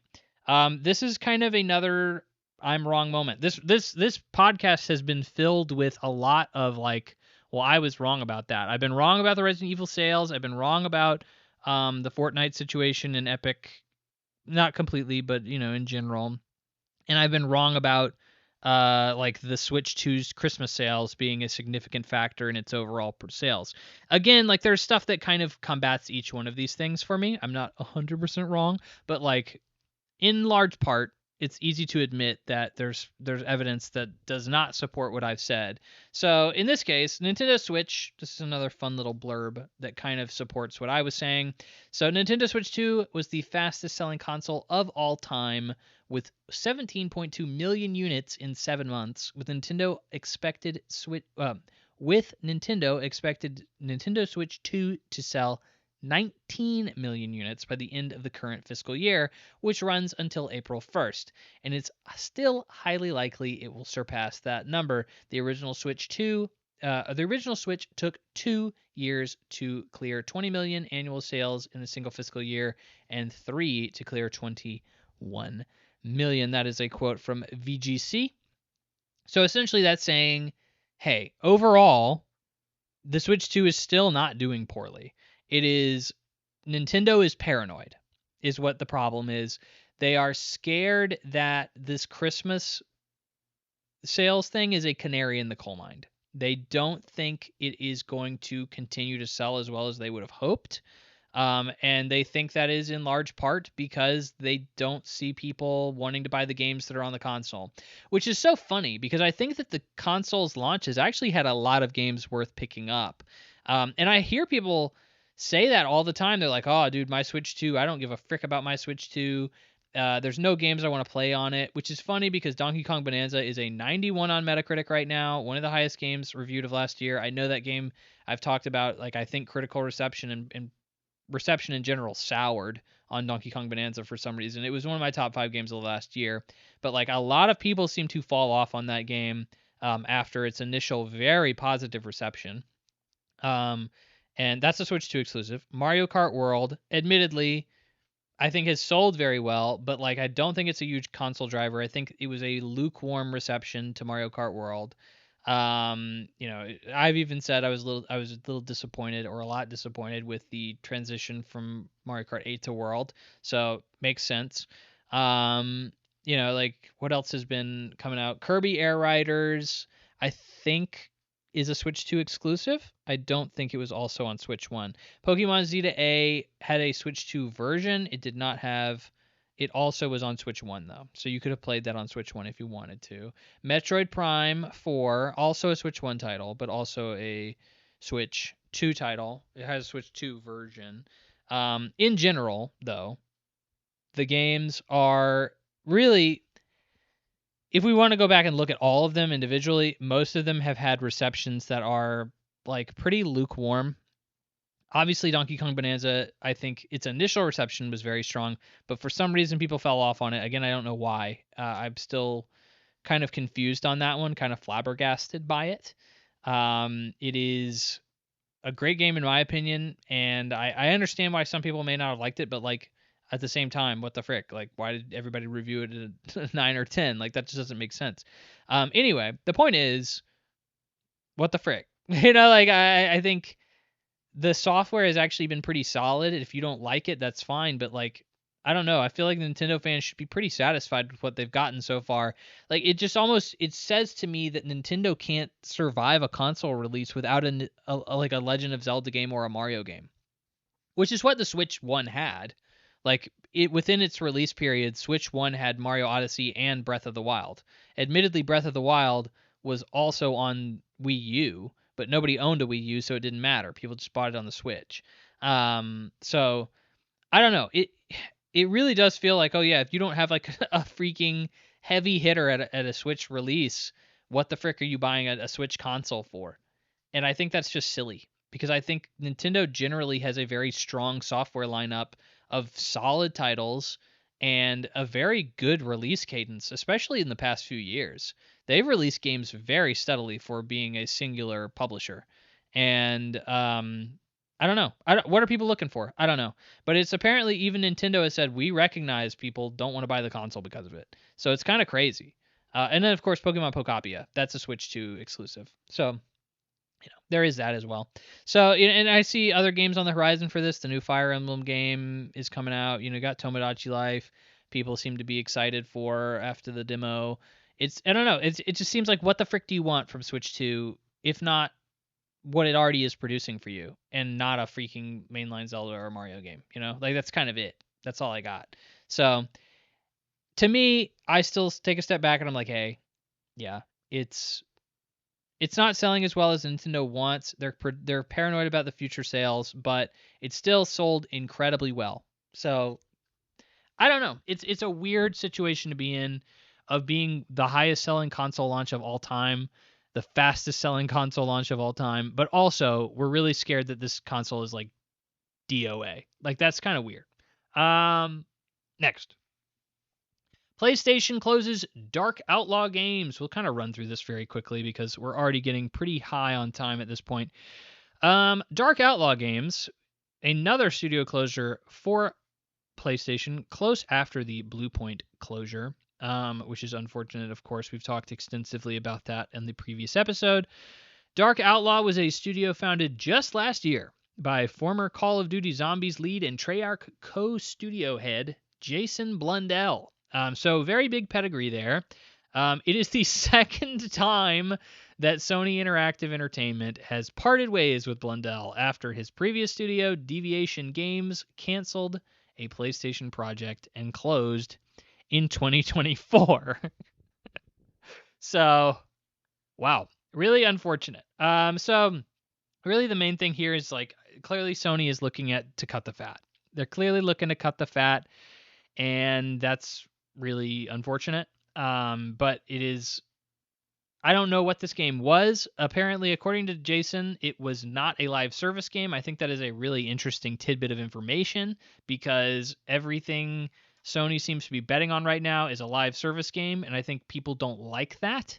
And the fact that they canceled a game that was not a live service game is sad, because, and especially from a creator that clearly has a pedigree that's fairly lauded and fairly respected. So, and they've done it twice, which is just so crazy that you have it, you cancel his first studio and close it. He comes back to you and says, "Hey, maybe second time's the charm," and then you say no, f you, and you completely close it down again. He seems very acceptant to this. Like he understands that cancellations happen all the time. But I don't know. I'd be kind of pissed off at Sony. I'd be like, what the frick? You shut down my studio twice? F you. Like frickin' fool me once, shame on you. Fool me twice, shame on me kind of deal. I would not, if I was Jason Blundell, I wouldn't go back to Sony unless I absolutely had to for any future projects or projects. So yeah, I think that's just, it shows Sony is continuously trying to cut the fat. I would not be surprised to see more closures from Sony in the future. There's several studios that I think are definitely on the chopping block at this point, and we shall see. We shall see. Very few things to say there though, because it's, it didn't produce anything. It was acquired and then immediately shut down within a year. So it's not too much happening there. Next, we got a couple of price things to talk about. First is Nintendo changes prices of digital games compared to physical games, starting with Yoshi and the Mysterious Book. Pre-orders for this game on the platform will be $10 less digitally than physically. So physical will be $70 and digitally will be $60. That game's going to suck anyway. Most of the recent Yoshi games have sucked. They are for 3-year-olds. But anyway, this is nice. I think it raises more questions, right, than answers. Is why are we just now doing this? I feel like physical has always been a thing that should have costed more than digital. I think you have far more freedom on physical and far more financial physical freedom than digital. You can resell your physical copy of a game, get 30-40 bucks back off a new game or something like that, and really you just cut your purchase in half. You can't do that digitally. You can't return a Nintendo game digitally once you've played it or once you've bought it. So like it makes way more sense. Why wouldn't you just buy everything physically, and then you can be a lot more, you have just a lot more freedom with your purchase, right? Digital also, publishers don't have to pay for packaging. They don't have to pay for, the 30% fee that Walmart is going to take for them putting it on the store shelf or something like that. So publishers for a long time have been getting specifically Sony, Microsoft, and Nintendo have been getting the short end of the stick producing physical copies at all. And I've always thought, wouldn't it just make sense to incentivize players to just go digital by, making the physical copy cost more and the digital cost less? And no one's ever done that. And it's just weird to see that now Nintendo's trying to do that. And what it seems to be is kind of a push for, hey, maybe you should start buying all of your games digitally, because we already would get more money for that. Like the $10 discount is less than what they would pay a retailer for the 30% of a $70 game. So they're technically saving more money giving you a $10 discount than giving Walmart a 30% check for or a 30% stake every time they sell something off the store shelf, right? So it makes sense. But, over time, your collection will hopefully be more digital, and when Nintendo eventually X's out physical copies altogether, you will have a mostly digital library and you won't care. That seems to be what I would assume the intent is. I am a physical game supporter. I really appreciate physical games. At this point, I buy a game where it's cheapest. So I have a lot of digital games, and I've kind of started transitioning into a lot of digital games, but that's because a lot of digital games are digital only. A game like Hollow Knight Silksong doesn't really get a physical release, or at least a limited one maybe for a big game, but for a bunch of indie games, you don't get physical releases very often. So you really have to buy those games digitally. You don't have a choice. So a lot of the smaller indie games that I play are primarily digital or pretty much entirely digital. And then beyond that, like I'll occasionally buy a big AAA game if the digital copy of the game goes on a deep sale.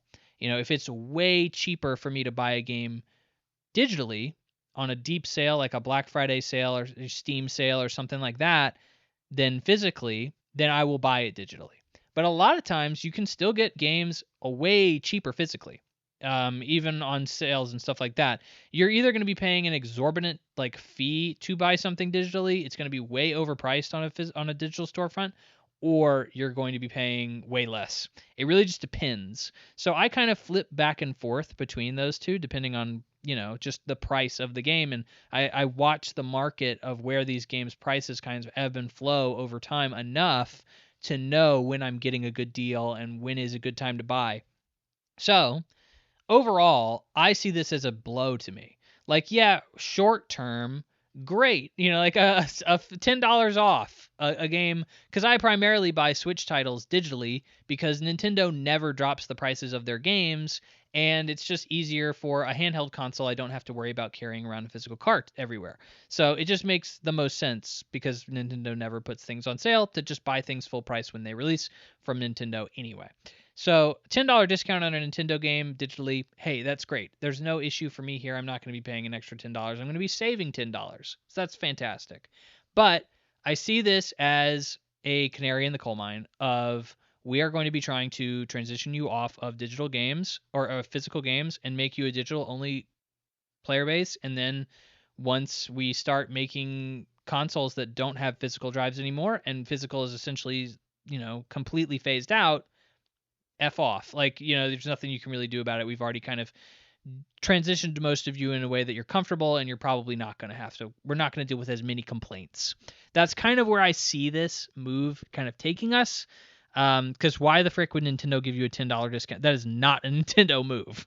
Nintendo does not just give people $10 discounts off their games. They don't ever put their games on sale. So for a fact Nintendo is doing this for some frickin' reason other than just to be nice. There is a business reason behind it. And I think the one that makes the most sense for most people in a business sense is to transition people to an all digital future. So it's just really weird to see it happening now, at the beginning of a new console generation that does have, physical copies for everything. Just doesn't make sense. But that's where I see this kind of moving, and it's unfortunate. And breaking news at this hour. For the one person out there that got that joke. Breaking news at this hour. Console prices for PlayStation 5 has increased about $100. Each model is going up about $100. PlayStation Pro going up $150 and PlayStation Portal going up $50. But the average, you're going to be paying about another $100 for a PlayStation console. This is something that is obvious. We've all seen it coming. People have been forecasting this for a while now. It's, of course, due to increased prices in production. This will go into effect April 2nd, so get in on it as quick as you can. If you are hearing this, I think this is your last day, I think, by the time this episode publishes. So get in on that. This is just, it's just crazy. You could have bought a PlayStation 4 or PlayStation 5 at launch for $100 or $400, and now it's $650 or something like that. It's insanity. To see the prices on this stuff nowadays. But I just had a friend go out and buy a PlayStation Pro, traded in his PlayStation base for a PlayStation 5 Pro because he knew the prices were going to go up, because that's all people have been saying. And hey, here it is. You're going to see this happen with the Switch eventually. You're probably going to see it happen again with the Xbox. It is just a really unfortunate situation of the economy that we're in and what's going on with AI and RAM prices being bought up left and right, and just the economy in general. Everything kind of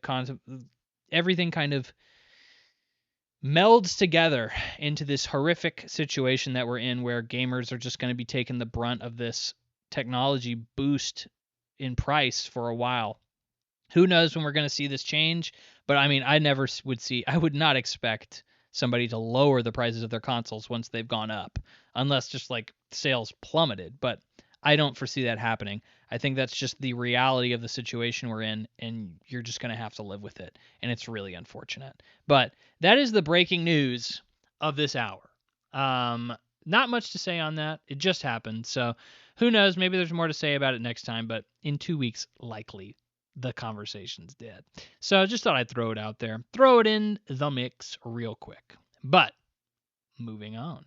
On to impressions. Impressions this week, we're going to be giving Stellar Blade a look. I got through Stellar Blade. Before we get into Stellar Blade, after I finished Stellar Blade, I jumped around a little bit, so I have a couple of honorable mentions to throw out there.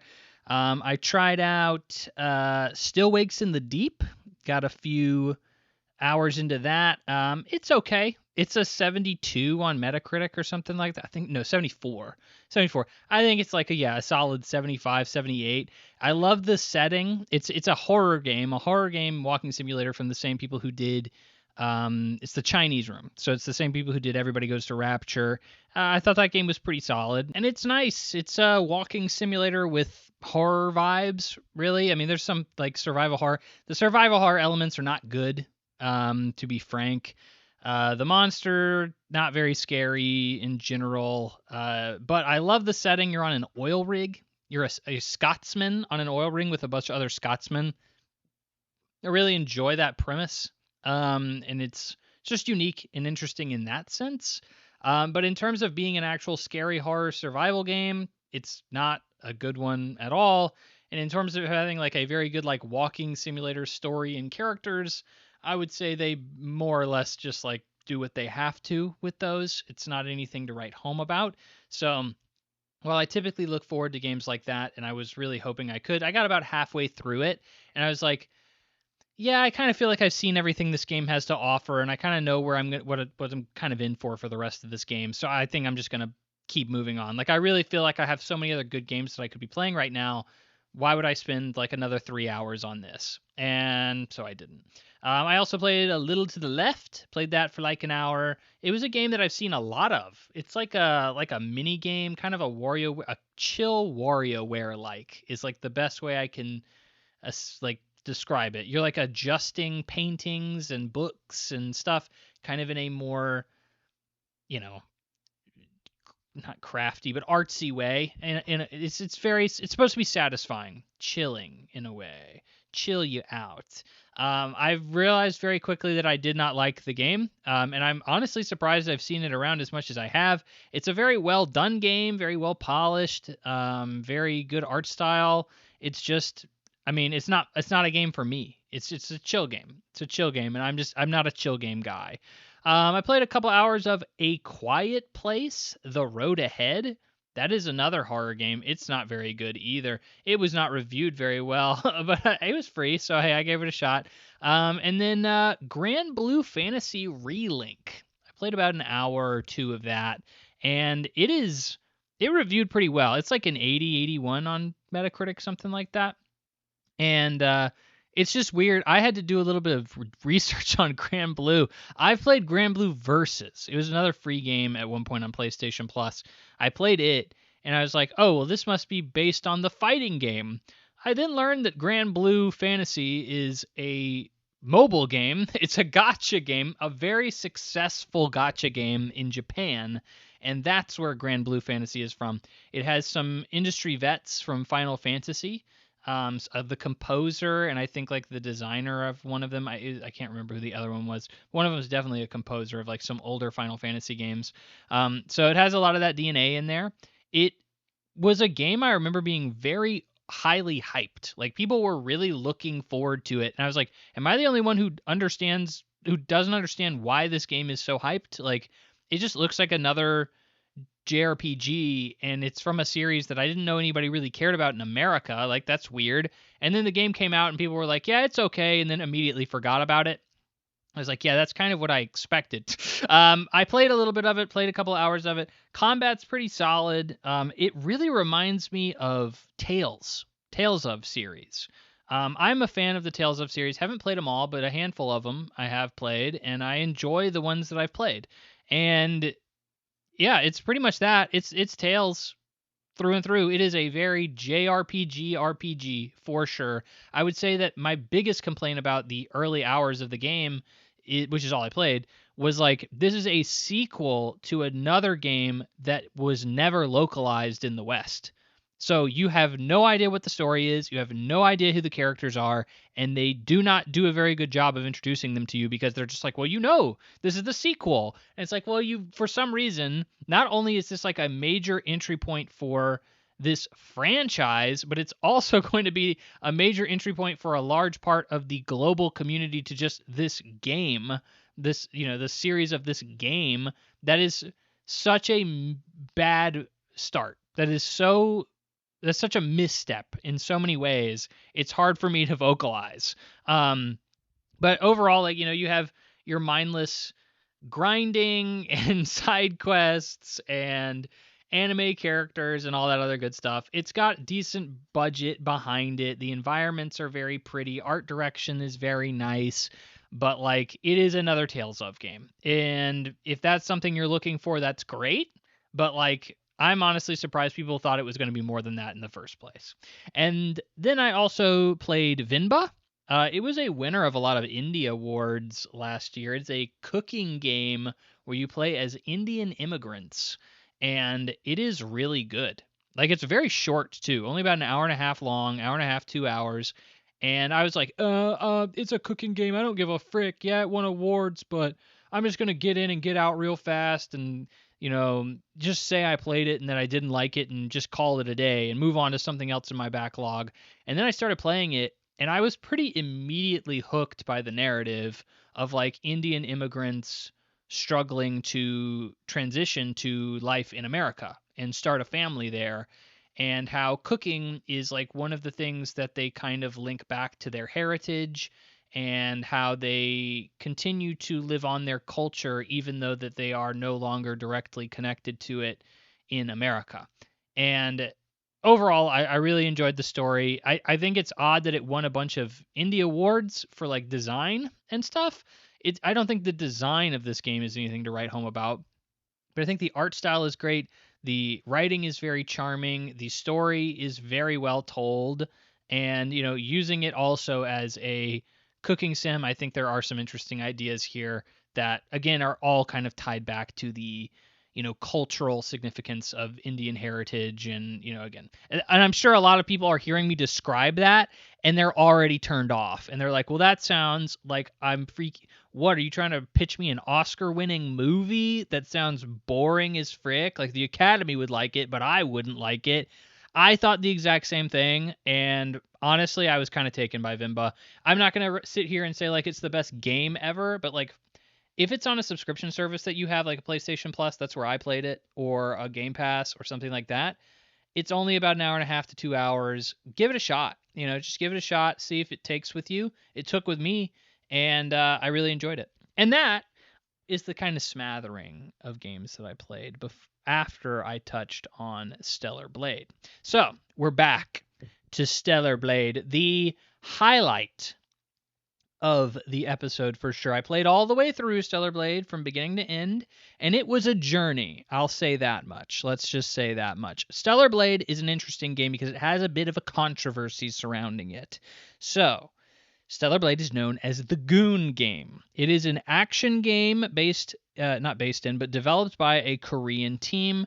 It showed very well in trailers. A lot of people were looking forward to it prior to release, and it was most noteworthy for being like very sexual in how it portrays its main character. Its main character is Eve. She is an android, excuse my grammar. She's an android. She is sent to a planet called Earth. You may have heard of it, to fight a bunch of bad, evil monsters that are threatening humanity. We'll get into some more parallels to another game you may have heard of called Nier Automata as we go. That will be a very big part of the conversation around this game. But just know, if you want to think of anything about this game, think about Nier Automata. It also has a very high-paced, action-based combat. This has a lot more of a Souls-like flavor than it does a Platinum Games flavor, which developed the combat for Nier Automata. But like overall, the gameplay involves a lot of parrying and dodging and some slow moments, some fast moments. It just depends on kind of where you are with like boss fights or enemies. And some exploration in large areas and also some linear segments as well. It's kind of all over the place in terms of its design, in terms of like what would you draw a one-to-one correlation of what this game exactly represents. But in general, I would say Nier Automata, and I will again get into that later. But the history behind this game before release was one of weird political scandal. I've actually talked about this on the podcast. One of the first episodes of the podcast we ever recorded, we spoke of the Stellar Blade controversy, which was primarily the main character Eve has a lot of different outfits in the game, and even your base outfit is a little it's a skin tight skimpy android battle suit. We're all used to it, right? But like you can unlock some really suggestive outfits as you go, like swimsuits and like maid outfits and all sorts of stuff that obviously does not fit the tone of the game at all. But like that is a major part of this game, is unlocking, and a major drive for I think a lot of players would be to unlock this game's cosmetics, which are all typically pretty sexual in nature. You're not like unlocking anything crazy like pasties or just a string thong or something like that. Like that's not really what this game is typically peddling, but it's pretty close. Like a lot of it kind of teeters on that. It also very hypersexualizes the character in a lot of instances. Like her breasts jiggle, not aggressively, but it noticeably for sure. And something that I definitely don't see very much, her butt jiggles. Like if you go up or down a ladder or jump or whatever, if you look close enough, you will very easily see her butt jiggling. And it's like, okay, like I have no issue with hypersexuality in my games. I have played porn games on Steam before, and it is what it is, okay? Like it is a market. Sex sells. I understand it, okay? I'm a hot-blooded, red-blooded American male. I understand the appeal of boobies. I get it, okay? But it's weird because this game also just doesn't have a lot of like need for that. Like it almost feels out of place in a lot of circumstances. But leading up to the game's release, it was acknowledged that some of the outfits had been altered and they had been made less skimpy.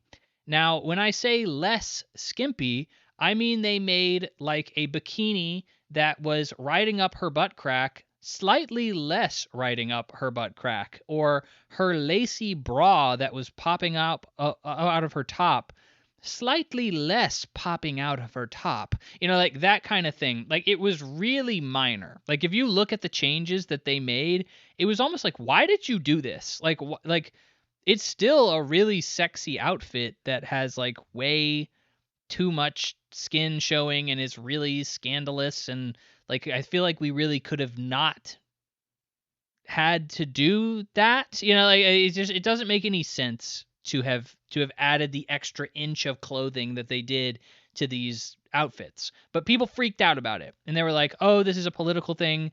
The SJWs are coming for my game. The woke squad is cracking down."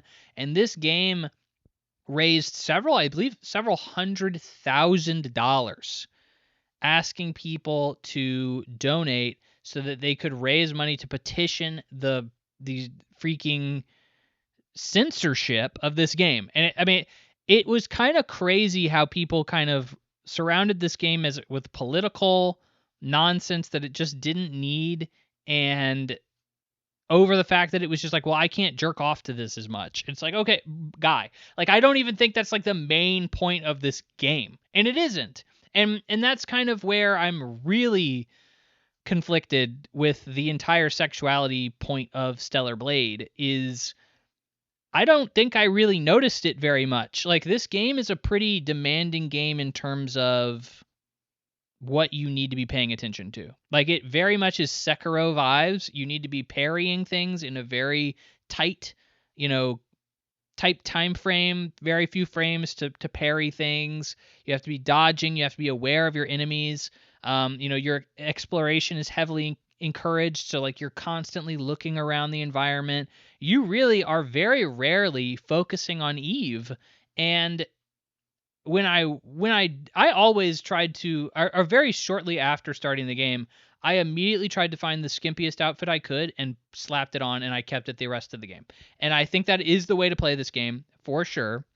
But problem with that is I do not think I got much out of it other than when I was just like standing still and waiting for something, or like maybe in a cutscene with a character that I didn't really want to talk to or something like that, and I'm just waiting for it to play out, and I'm just like, I guess I'll just look at her boobs while I'm just waiting or something like that.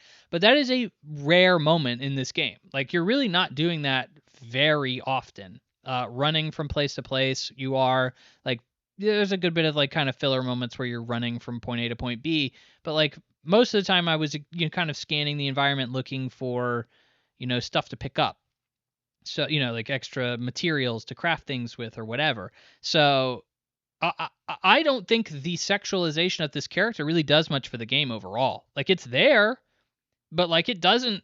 It really never was something that I was like, yo, I need to drop try right now and take care of this. Like I never felt that. I never felt that at all. Like, not only is this game never like so overtly sexual, I don't think it even really focuses on it that much. Like, there's no cutscenes where Eve is like, well, let me take a shower right now or something like that. That doesn't ever happen. Like, the game really plays everything about this really straight, and there's really not a major incentive in this game gameplay wise to focus on the sexuality of this character that is very obviously on display. So it just seems, I'm not going to say it seems out of place, because this kind of stuff is in games all the time. Nier Automata does it as well. I'm pretty sure you can unlock like a French maid outfit or something for 2B at some point, I assume.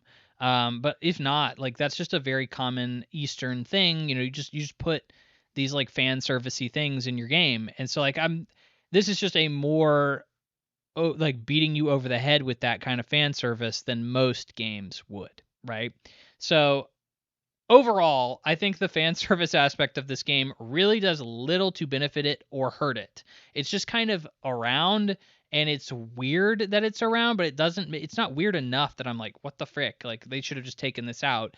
And it's not like, I don't know. It never really seemed to move the needle in one way or another for me. And I think that's, I don't know. It clearly was a very good marketing tool, so they clearly made the right decision there. But overall, it's just an interesting decision to make. So, on to Stellar Blade as a game. What do I think? Well, I think it's best to kind of go through this game as I did, because I think that this game has some major issues. It's an 81 on Metacritic right now. This game was always one that I was like, it's either going to be really good or really bad, and it kind of fell into the middle in terms of reviews, and I've always heard good things about it, and so I was like, okay, I got to figure out where I fall on this. And I weirdly fall in the middle, because there are some really good moments and really fun gameplay in this game. And there's also moments where I legitimately almost uninstalled this game. And I did not want, and I felt no reason to go back to it. So, and I think that only makes sense if I walk you through my progression in the game. So, you start the game as Eve, you're dropped into this world, and the story, I'll just go ahead and tell you right now, the story sucks.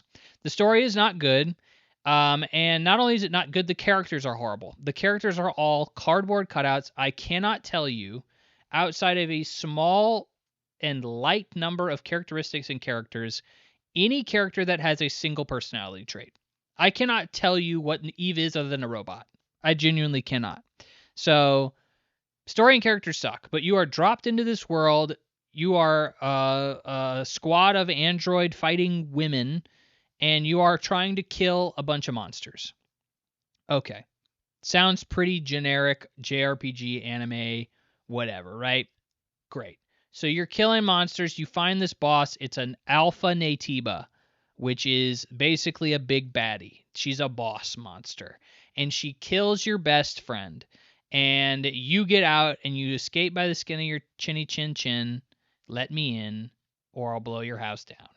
And you start the game pretty much. You're saved by a man named Adam, and he takes you to, after you go through a pretty lengthy opening linear segment of the game, which I didn't even realize this game had open areas. But like the first like 3 to 5 hours, something along those lines, is a strict linear dungeon crawl where you are going through the like linear streets and linear sewers, and you're just kind of like playing a pretty linear game in general. And you eventually get access to your hub area, which is the final city of humanity. It's where all of the humans who are left on the planet who haven't been murdered by these horrible monsters are chilling and waiting for people, I guess, like the androids, to kill all of these monsters so they can go back out and have a fun time. So that's now your goal. You get to the elder who's running the city, and he says, hey, here's the thing. If we saved you, it would be a really good solid for you if you could find these 5 cores that would then like power the city, and we would be able to defend ourselves and have a good merry time, and everybody would be happy forever. And you're like, okay, so you're basically sent out on a quest to get a bunch of MacGuffins. Like, that's what you're doing. And that's kind of when the game started falling apart for me. Not immediately, but when I first started playing the game, I got really into the combat. The combat is actually pretty freaking solid.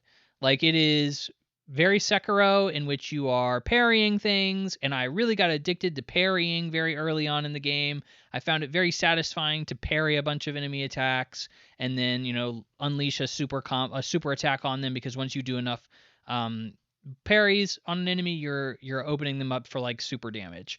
So I thought that was very satisfying, and I haven't played Sekiro, but like I get why people like it now for sure. And then the skill tree, there's a huge skill tree, and there's even like some segments of the skill tree are completely locked out. Some massive segments of the skill tree are completely locked out. So I was like, oh dang, like there's so many skills I want on this skill tree. I have to get them. Let's get into this. I can't wait. Every level up, I was so excited to go and spend a skill point. I was having a blast. Also, the combat is pretty combo heavy. And like it kind of really does expect the player to engage with its systems and combos and parries and super attacks and stuff like that. And I found as the further I got in the game, the more I was like, oh, I really do have to engage with all of the systems and mechanics that the game has given me in order to even really, because I'm used to in these kind of games just mashing square and being good.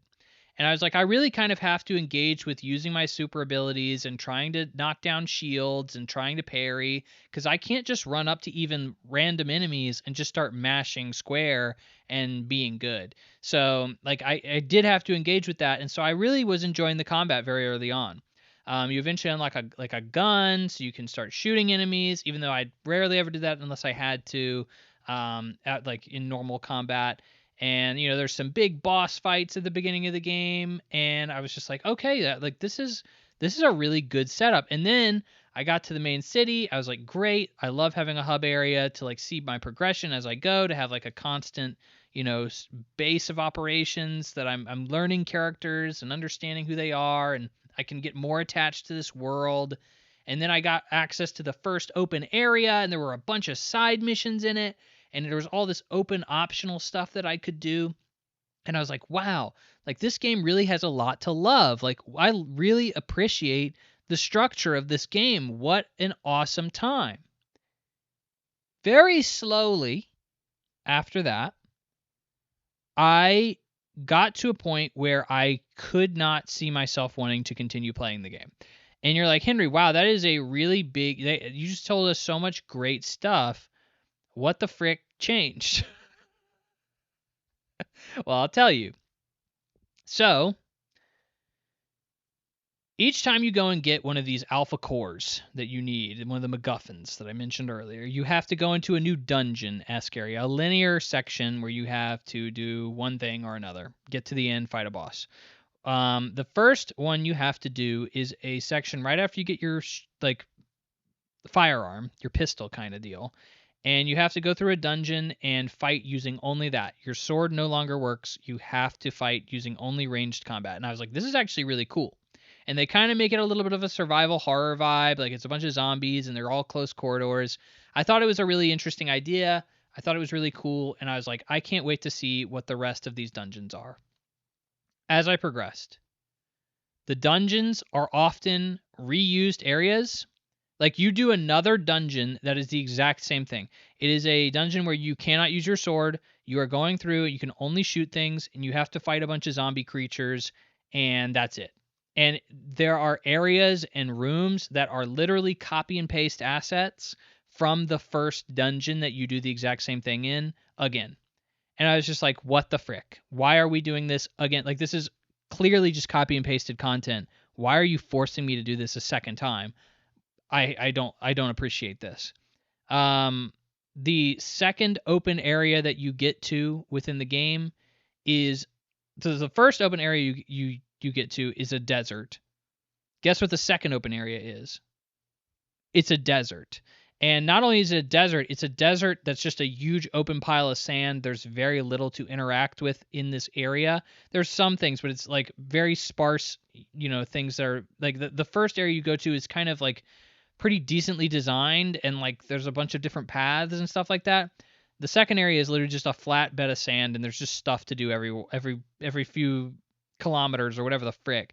Like, I'm an American, I don't know how long a kilometer is, but every once in a while there's just like a building or like an oasis or a tunnel or something like that, and you can interact with it typically for a side mission. Speaking of which, side missions are god awful. There are a handful of side missions I would say are worth doing in some capacity. Most of them are not worth your time. They are not interesting stories. They do not lead to interesting scenarios. They do not take you to interesting locations. They are literally every side mission is this. Hey, I need this thing, or I need to find this person. Please go to this location and find them and come back. And you go there and that person is dead, or you pick up that thing and you come back and then you're done. And it's fetch questing. It is some of the most egregious fetch questing I've seen in a minute. If they had gone the route of like, and there are quests like this, by the way, that where they go, hey, I need 5 of this thing. Go get it in the world and come back to me. Or I need you to kill 5 of this enemy. Go and kill 5 of them and come back to me. And there are missions like that, but they are specifically noted as like, these are garbage side missions that you really don't need to focus on. So I focused on a lot of the side missions that weren't supposed to be garbage. And they were still garbage because even the main cast of characters in this game sucks. So when you get into side characters, they are even less entertaining and less noteworthy than the main cast. There are some characters, there are technically 3 characters that you're really supposed to be interacting with the side missions. There's like an android singer who's kind of been, torn apart, and you need to go get her body back. There's a sentient robot that is trying to figure out the meaning of life, and there's just a little girl who like lost her sister, and she doesn't know where her sister is. That's literally it. And that's her whole arc, which of course, guess what? You go on a fetch request mission at one point to find her sister, and she's dead. And there you go. So, it never really goes anywhere with her. I don't know why that was like considered one of the big like things you have to deal with in the game, but it was. So anyway, the side missions are horrible. So exploring these open areas is often not worth your time. It's not worth it at all. So what do you get? Well, you get materials, which you can then craft things with, which I rarely ever did. And I always found that getting these things was pretty unsatisfying. They're little baubles that just kind of pop out of chests or pop out of enemies. They're not very noteworthy to pick up. And you have to have so many of these things to make a difference in anything that it never felt like I was picking up much of anything interesting. There's a couple of things like upgrading your sword damage and stuff like that. You have to pick up a weapon core. Those are typically pretty interesting things to pick up, pretty noteworthy, because you just need one. But then like even like upgrading your gear slots, which like allows you to upgrade or put a gear slot in there that like maybe makes it easier to parry or something like that, or ups your damage by 10% or something like that. Even that requires like 7 of those things by the end of the game. So like it's not a very interesting thing to pick up because like, well, I need 6 more of these things. Or if you're picking up even a lesser item, it's like, well, I need 300 of these things in order to finally have one component of items I need to make a dress or something like that. So Picking up things is not interesting. Not only that, but it's also annoying as frick. You have to hold down R2 to pick up things and be in proximity. And I eventually just went into the accessibility options and just turned on auto pickup for all things, which is so nice. I would easily encourage anyone who hasn't played the game to do that. So you're going into these areas, side missions suck, and so it's like, okay, well, why are you doing the side missions then? Well, because I want to get experience to then buy skill points because I was really enjoying buying skill points. Well, about halfway through the game, and this game is about 25 hours long, mind you, about halfway through the game, I had pretty much filled out the skill tree and everything that I wanted to do. Like all the skills I wanted, I had them.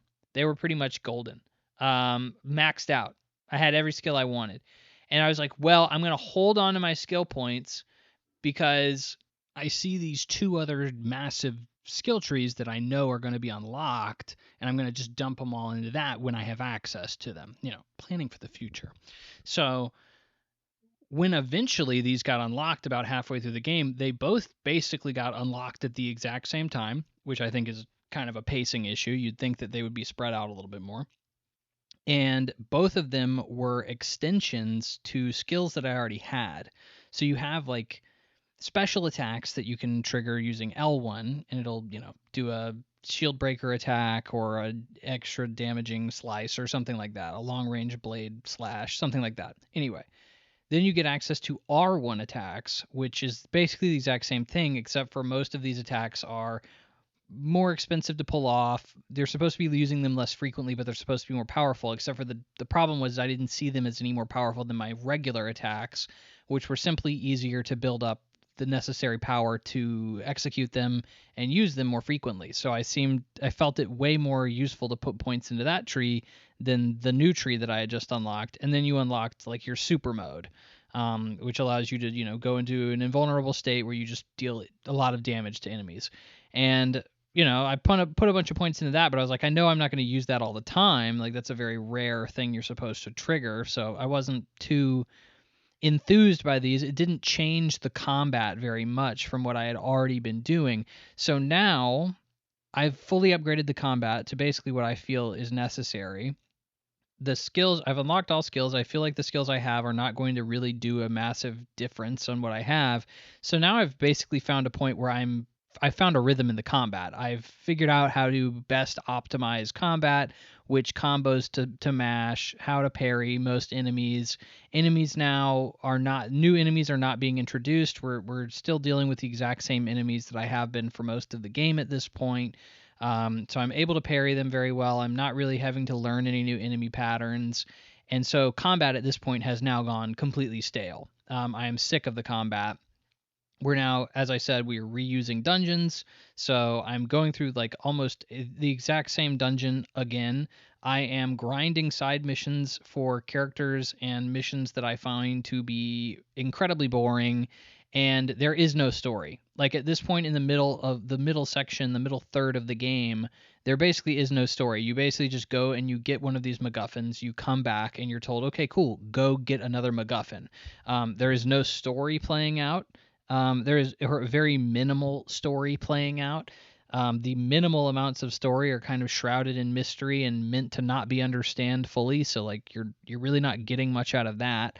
And then eventually I got to a point where I was like 2/3 of the way through the game, and I was like, I think I just needed to move on. I genuinely was like, I have been doing this for so long. I know the combat will not get any better. I know that the story and characters are not good, and I can't see an instance where the story and characters all of a sudden just pick up and become way better. These areas that they're introducing are the same. The dungeons that they're introducing are the same. I have no incentive to continue moving forward. Like the combat's dead, the characters are dead, the stories are dead, the environments and enemies are dead. In terms of progression, like I don't see anything new or different here, and I haven't for hours. I think I just can delete the game and just call it a day. And I said, hold on. I'm close enough. I'm 2/3 of the way through the game. I might as well just push through a little bit more, I'll go a little bit further, and maybe there will be a diamond here. Maybe maybe the climax will be something worth writing home about. I'll be able to completely talk about this game in its entirety, right? And I'm very glad I did, because the final third of the game, all of a sudden, the environments change dramatically. Now we're in like a snowy mountain area. We have boss fights. By the way, like there really aren't boss fights in the middle third of the game. They just kind of disappear. And so now we're having boss fights in these very different locales and these really awesome set piece moments of like things exploding around me and really cool set pieces of like me going into outer space. And I'm like, oh, this is actually really fun.